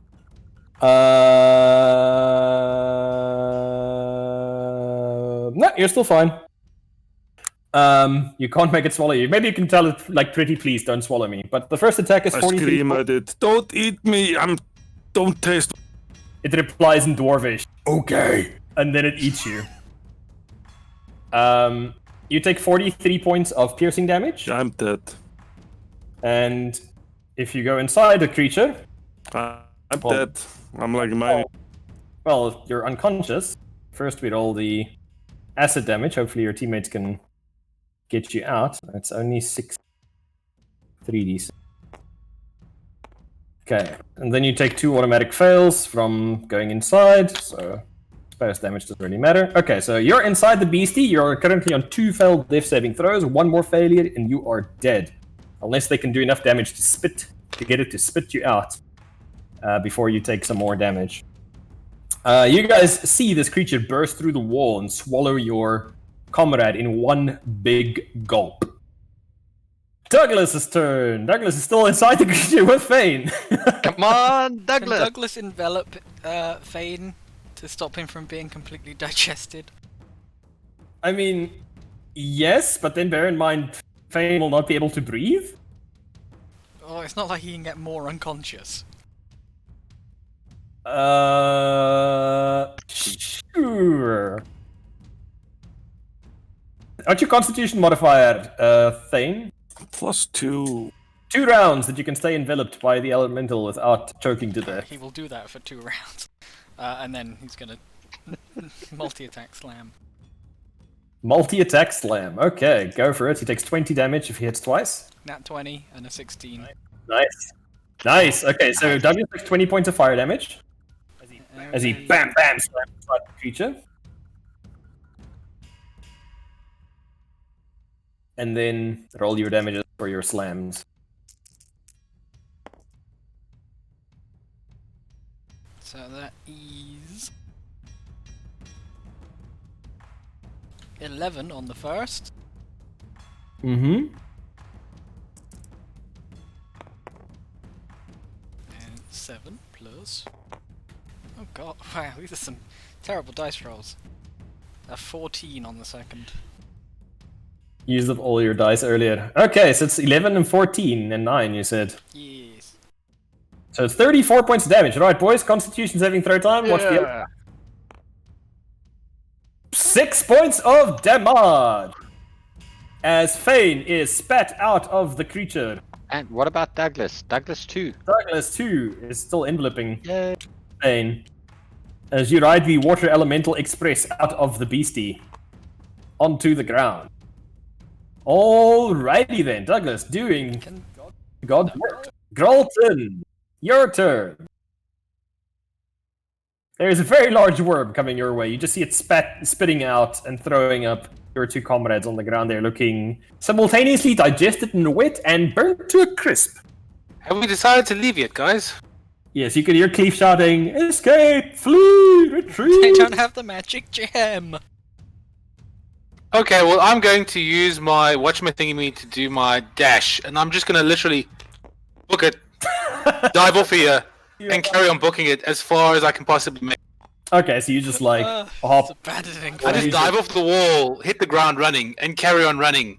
use your monkey. Because I've got a 45 movement speed, and I can dash to double that, so... Yeah, you just start holding ass. Is Okay. Donald still alive? Just as a... Donald is not alive, no. Donald is inside the flaming wreckage of the cart. Well, some of Donald is inside the flaming wreckage of the cart. Okay, just wanted to make Oh, sure. this son of Yes. Donald. Is that the same Donald that we were I feel really like? bad about Donald. It's Donald, son of Donald, son of Donald. Oh, okay. Shit. Oh no. If only you hadn't hidden under the cart where the I'm gonna have NPC to was go back hiding. in game. Okay, so that is Gralden's turn, which brings us to Brienne, your turn. You see everybody starting to book it to get the Except for hell. Thane, who is passed out. Except Thane, who is passed out, yes. Okay, I'm gonna move up another 10 feet, so all told I'm about 20 feet off, and then I'm gonna move the remaining 20 feet this direction. Yeah. Don't you go 60 while flying? Actually, true, that's right. So 20 feet up, and then I'm gonna move 40 feet. Okay, you start moving. Anything you're doing while you're doing that? Or are you just 15, focusing? 20, 25, 30, 35, 40. And then when I get there, 2 more Eldritch Blasts at the big worm. Okay, I roll them dices. Come on, dice. Woo! Nat 20. nice. And 9 and 7 is 16, so the other one probably doesn't hit. Correct. Impacts the scales, doesn't do shit. But the nat 20, that one will hurt. 19 plus 3 is 22 points of damage. 22 points of damage. You actually it's staggered backwards a foot or so as you slam this beam into it. Now it looks like it's starting to have a bit of an effect. You can see some of the scales are cracking and ichor is starting to leak in between them. Alright, is there anything else you would like to do? Yes, as my bonus action, I cast Misty Step. 5, 10, 15, 20, 25, 30 Okay. to get there. Start sliding down the knobbly rocks to get to the bottom. Well, remember, I'm still up. I'm like, at the moment, I'm about 30 feet up in the air. And okay, no problem. Okay, yeah, No, I'm up in the air and Misty Step there, same height. All good. But further away. Keith, your turn. I go and try and scoop up Thane. Okay, run up, grab Thane, make a athletics check as you try to desperately run away while carrying an unconscious Thane with you. Athletics, you say? Athletics. This is pure muscle picking up a heavy object and running full tilt with 9. it. But can't he do it acrobatically with his backflips? Not this thing, unfortunately. Like I said, this is pure physical exertion. You run over, grab him, and you only manage to make it about 10 feet with him over your shoulder. Like, he is unwieldy, he is wet. Can't he just like take me and just roll upside, just like roll him off the backflip? cliff. Backflip you off the cliff. I Yeah! use my action to try and dash with him, and then also my bonus action to try and dash with him. Athletics. Oh. 4 and 9.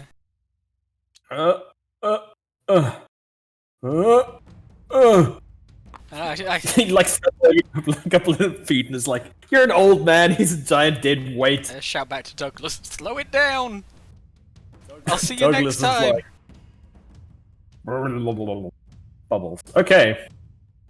Cleef done. That's going to be Shrimp's turn. Shrimp, what are you doing? Over here. In the insinuation on the Remoras, does it still have the X that gives disadvantage on? Yes. What is the Okay. Wisdom 15.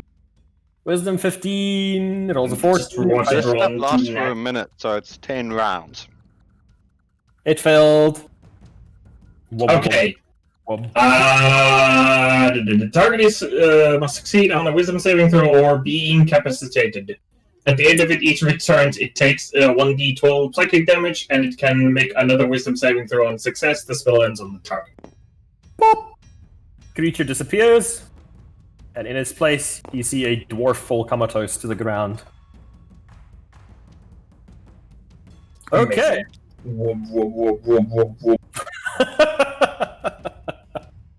Okay, that's done. Done. Thane's unconscious. Make a death saving throw for me, Thane. Do or die. Don't fail. That's decent. Don't make me have a heart attack. No, What did you roll? Plus con. Death save, I believe. Let me check. I am double checking to make sure I Never don't get jip this. anybody here. Make a special saving throw called the death to determine whether you creep close to death. Unlike others, this one is not tied to an ability saving throw. Yeah, straight D20. So roll a D20. If you roll a 10 or higher, you are He okay. rolled already. I rolled He a 7. Oh He shit! dead. He dead. Hippo, you feel the last breath escape Fane in your arms. I roll him off the cliff. Oh my god! He's slowing me down! Dwarf's turn. Liddy, you said at the end of this guy's turn he must do what? He takes 1d12 damage, and we'll also see if he can, again... Okay, He takes the damage first, and then makes another wisdom saving throw. fails the save, and where are your d12s, bro? D12. Well, he takes damage first, but yes. Yeah, he's gonna take the damage. How many? 1d12. That's a d10. Yes.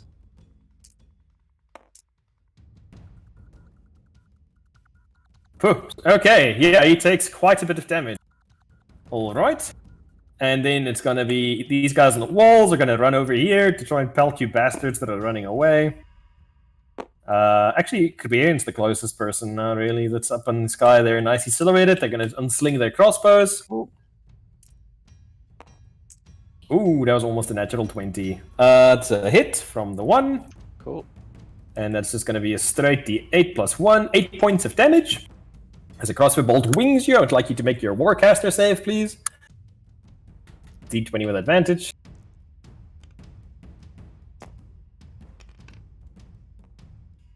Ooh. Okay. 10. 10 is exactly the number you need to succeed. Oh, thank fuck. So you are still managing to just barely hold on to your concentration.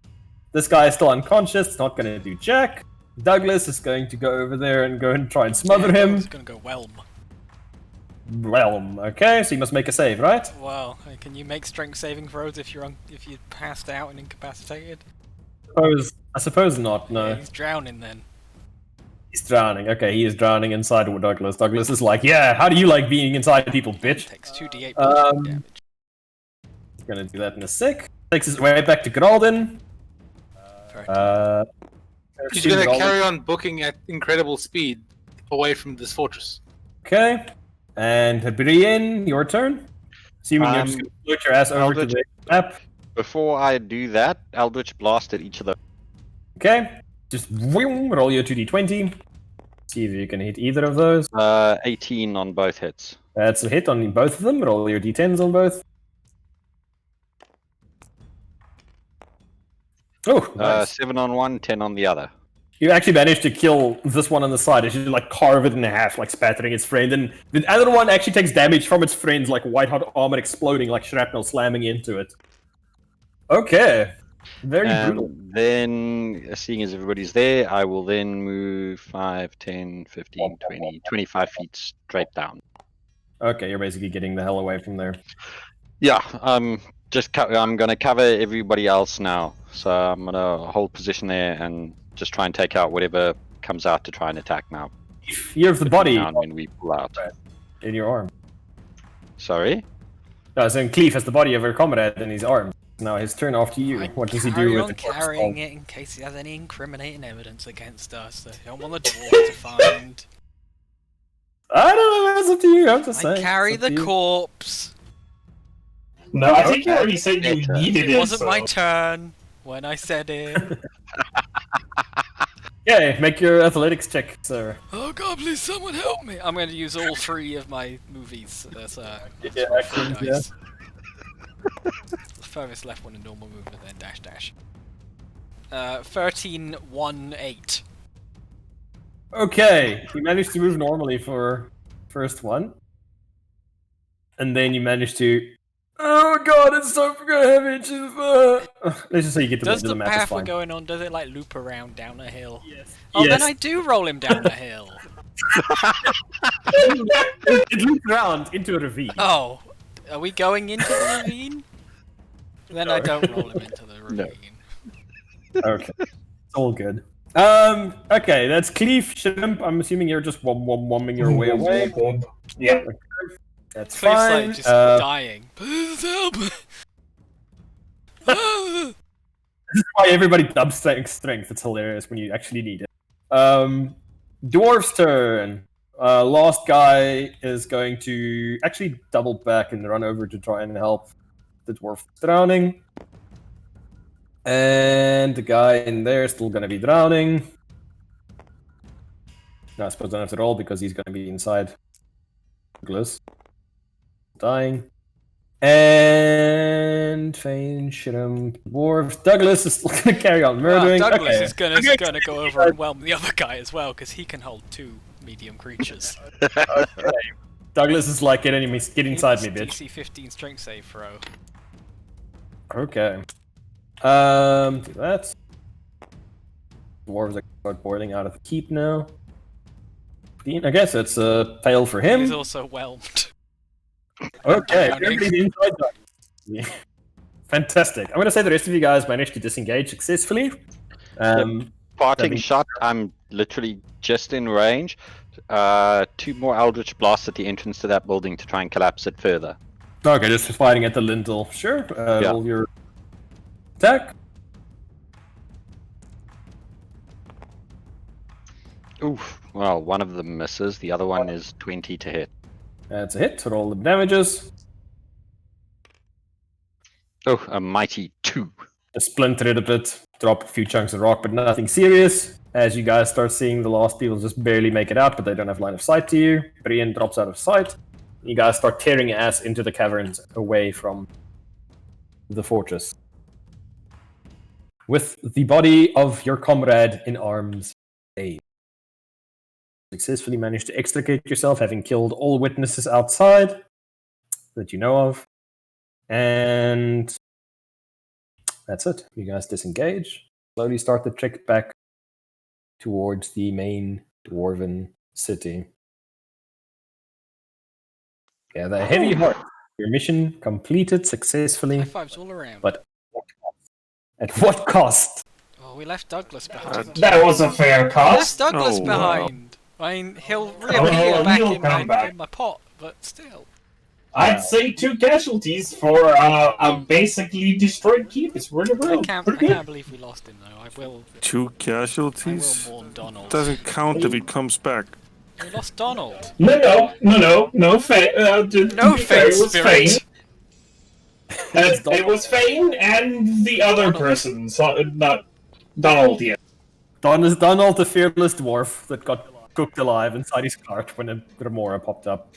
Ooh, poor Donald. So yes, 2 casualties. You return to the keep, wondering what the hell now, since the person that you were actually liaisoning with during this thing got charbroiled during the fight. You get a couple of weird looks as you guys are slowly carrying in the body of Fane into the dwarf city. Perhaps bringing your liaison was a bad idea. I'm going to assume you make your way to the inn that you guys are using as a Yeah. operations, where you respectfully lay out the body of your comrade Fane. What would you lot like to do now that you have returned safely and injured before we end for the week? I am going to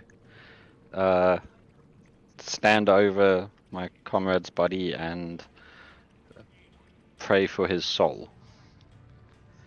And Alright. beg my God for something, anything. If there's to bringing him back. Word your prayer and let us see what happens. Okay, give me a second here. Okay, I'll give you a moment to compose while you do that, and then we will roll percentile and see what happens. What are the rest of you guys doing? Well, I'm preparing an autopsy kit. I whisper to Shrimp, would it be rude or too soon if I start going through his stuff? Oh no! I'm preparing an autopsy to see what he died of exactly. Okay. It is so rare that one gets to see damage of this kind. I wish to see what it does to the insides. Fane, pardon speak me. up if you don't want me to go through your stuff. He is dead. I don't think he can Just speak. making sure. Sithar, Gralden, any words of wisdom for your dead comrade? Words of encouragement, words of... It is sad. I will also make him a can I get powdered sand from the dwarves? Oh yeah. I'm going to make a mandala around his body to help his spirit find its way. Okay. Onto the wheel. It's fine. The moment he died, he got reborn into a new body anyway. He'll be up and Backflipping body? yeah, he'll be up and backflipping in no time. Okay. So, Brian, your last desperate act to see whether Yeah, or not God Almost done wording it. Just give me a second here. It's all good. I'm just So, gonna hover Are there any nearby other? while he's Are there doing it. any other dwarfs around that are kind of friendly to There's us? quite a few. There's like one of them outside, kind of just like staring Hey, through the did open Donald door. have a son? Probably called Donald. What? Why did he like looks around, see if there's anybody else that you're talking to? Yeah, I'm talking to you.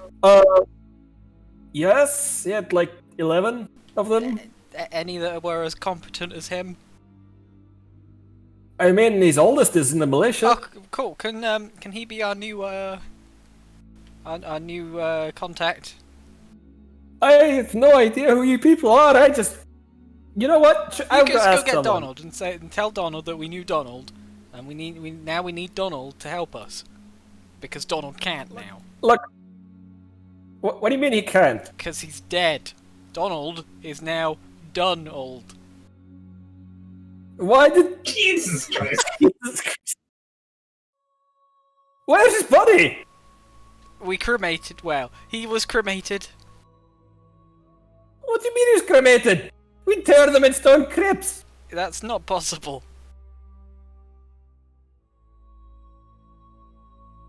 Okay, this is way above my pay grade. He like wanders off to go look for somebody that can actually do what you're asking. Belagard knows us. Alright, I'll find that prick. His problem. Thank you. Brian. Okay, here we go. Also, Let's hope this works. actually, I need dice. It's fine, I'll roll over here where you can't see. Yes, Okay. I'm ready. Okay, cool. Okay, here we go. O great and noble Lord Cthulhu, I beseech thee, this soul has fought valiantly and with great cause in your name, and he has done many great and noble deeds to further your most holy cause. And while I do know that he will find his way to your grace, he was taken from us far too soon, and there is still much that could be done in your name. I beseech thee, great Lord Cthulhu, if it be your will, guide this warrior's soul back to us, that he may continue to do your work and serve in your name. Amen. Okay. Roll a d100 for me. You've cursed him to a life as a fish monster. He comes Thanks. back. No! He comes back in Donald's corpse. You have to roll, You didn't specify You have coming to roll. back in his body. you have to roll less than your character level on a d100. Okay. Fuck. Safe. Yeah, no, that's not safe. That's 91. Lord Cthulhu. I'm saying Brian's safe. Brian is safe. It seems that nobody's listening to your prayer today. Whether it's his will or just his time, doesn't seem like there's any. Yeah, it is. I don't know what I don't know what I was expecting, but I had to utter expecting- the prayer and the benediction for my comrade. Though he didn't know it, he did serve the great Lord Cthulhu. That is my No, you're Brian, wrong. that is Brian's thought process. So That we're is, going to so she is. That is why she says she prays the way as she does. 100% all right, and that's where we're going to end for this week. Hein, I tried, Dine. I tried. Oh yeah, thanks. Hein, new character, or what are your options? I'll get back to you on that. Okay. Unless there's a dwarven cleric who can cast resurrection in this town. You see, nobody can cast magic in this town. Well, except for those heretic dwarves now, but yeah. Heretics. Also, autopsy time. Jesus Christ, guys. Jesus. What? What? Okay. I'm going to deactivate Feint Recep from the campaign. He will live forever on in the grayscale watching Digitally us. shred his character sheet. Okay. So, autopsy. You autopsy him. Just before Yes. the autopsy, Most respectfully. I do wish to guide his just soul just into a put new that for your backflipping next body. character, something with a shit ton of hit points. Sure. You go through Fane's belongings. You can open up his character sheet and beyond and cheer it out and do whatever you want to do with it for now. And guide his soul into his next backflippable body. Into his next backflippable body. Jeez. That was definitely something. For a moment, I thought Hippo was going to pull it off. Were we meant to actually engage in combat there? You guys had the option. Yes, it's definitely on the book. No. What did you envisage happening? What was the DM's grand plan for this? No, Because grand. I think it went spectacularly sideways. No, actually, you guys did it very well. I thought that the more sensible people amongst you would section off the enemies where they could, the ones inside the houses and the rooms. Oh and yeah, so I'm on. very happy that I blocked all those doors because that courtyard would have become a complete. Would have been a kill zone. No, I thought you guys would do that. I expected you all to go down together and kind of like group stealth it, or at least send through like 2 or 3 people together that could stealth initially. But I didn't really plan around it either way. Like I've just learned to just roll with it. The encounter itself is actually not that hard, barring 1 or 2 things. Like the only way that really went tits up is if you guys simultaneously engaged every single enemy in the fortress. At which case, it just became weight of numbers. You know, when you're getting fired 50, 60, when it's like, yeah. Because this is holy shit that Remoras. But there was Now you also know- Hippo now you used know up what the Hippo used Fedora up all our luck. Yeah, that Yeah. that keeps stealthing around. It's a lot of natural 20s that man burned down there. A lot of eye rolls. But to be fair, he needed them.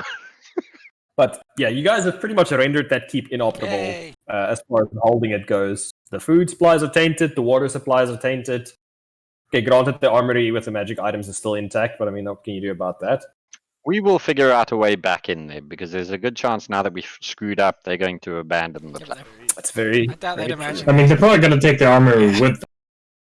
They will. Hit them well. Was- Not necessarily. Was- Not if they don't know that the armory is there, or if they leave in a hurry.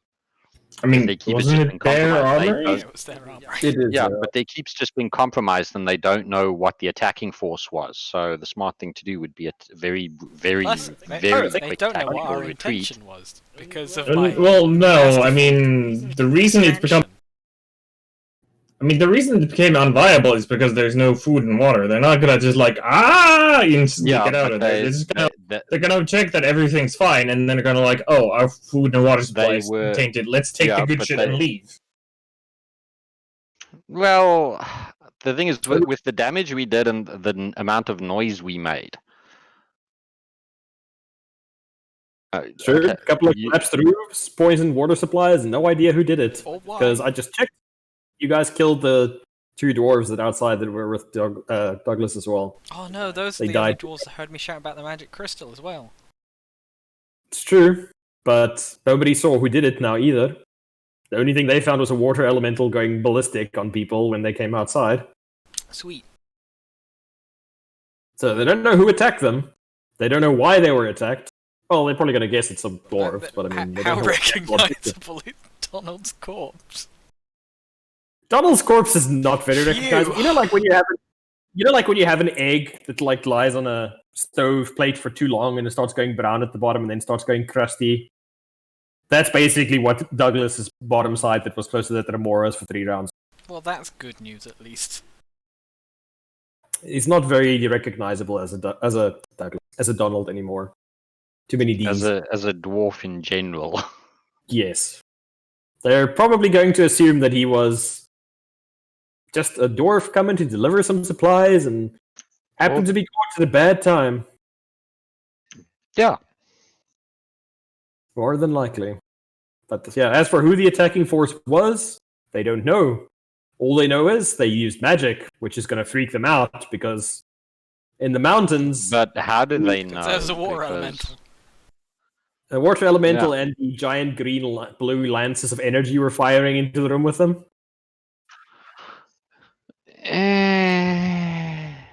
You keep forgetting about that. So they're going to be freaking out a little bit because they don't know who it was.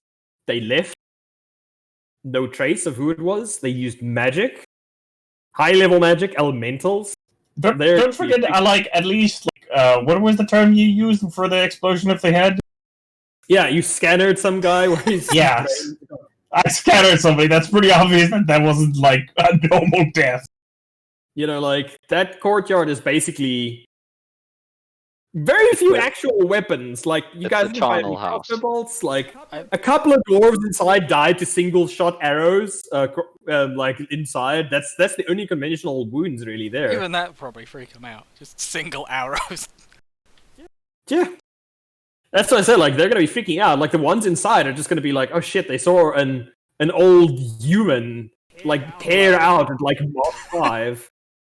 And they're gonna be like, yeah, but it can't be a human. They can't go that fast. And, like, what would a human be doing in the middle of a dwarf fortress? You know, like... Yeah, they didn't see me come in. How could a human kill a dwarf with a single They arrow? didn't see me come in. They only saw me leave. Exactly, that's what I'm saying. So these guys are going to be... Everybody saw you. Oh, I munched the sandwich on the way back down, by the way. Jesus Christ. Fame. In the afterlife, I tried no to peace. save him. I Everyone know, else I'm ran just away. saying. I didn't know he'd already failed 2 death saves, though. He died going in and then took the subsequent fire damage, which failed to automatically and then failed his roll, unfortunately. I did my best to save Fane. I tried to knock the thing out. Like, I tried for a couple of rounds to actually make it not attack. But I just had roll. Well, I mean, the thing had good rolls. But, yeah. That was, like I said, it was very manageable. You guys actually did very great on it. You stealthed, you split the groups up. You did a pretty good job of just segregating enemies and working really well together, everybody playing to their strengths. It's just a little bit hairy at the end there. Little bit crazy. But overall, you guys did fantastically. So we will get together next week. And let me know what you want to do, if you want to roll up a new character, or if you're going to carry on playing or not playing, or whatever you want to do. You start at the same level, start at level 7. Fighter or barbarian? Fighter or barbarian? Cleric!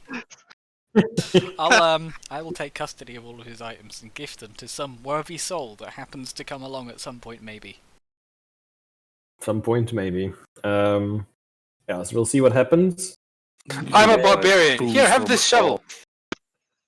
You should play Donald, son of Donald. A question for Ein quickly. Did or does Fane have like any talisman or symbol of the Raven Queen that he carried with him? I almost think he did. Yeah, it was a talisman. It was like etched into my shovel. I was gonna say he should be buried with his shovel. He'd want to be buried, I think. Yep. Is it on the head of the shovel or on the The heart? shovel really can't go for me, and it just disappears if it goes too far. Okay. But he doesn't have any But the jewelry or shovel anything. was my pride and joy, my symbol, my... Yeah. But he didn't have any jewelry or anything with the... No, I was a simple man. Okay, cool. I only had a bunch of gold. He was quietly going to lift. You should play Donald, Avenging Son of Donald. That would be amazing. Roll up a dwarf battle rager. If Cleveland died, I'd roll up a Donald. Donald would be pretty amazing. Okay, so boys, that's where we're going to end. We went a bit over time, but I think that was good. Everybody did extremely well. Then next week we will pick up. And Killing the Ein. I didn't pick on you specifically. Yeah, fuck you. Not like that. It's like I thought Hippo was going to be the first one to die. Not going to lie. I was like, oh yeah. Well, to Oh be yeah, fair, I was pretty sure April was a dead man. first, the first couple of sessions already, it's like after my close shaves, I was like, yep, nope, that's gonna be me. My luck is gonna run like that. Yeah, Remora's man, like, now you see the warping presence of the stone. I didn't even Or should I call them eels? eels. It doesn't match your deep sea diver experience. I don't know. Does it? I'm asking you, Cleve. Oh, let me roll.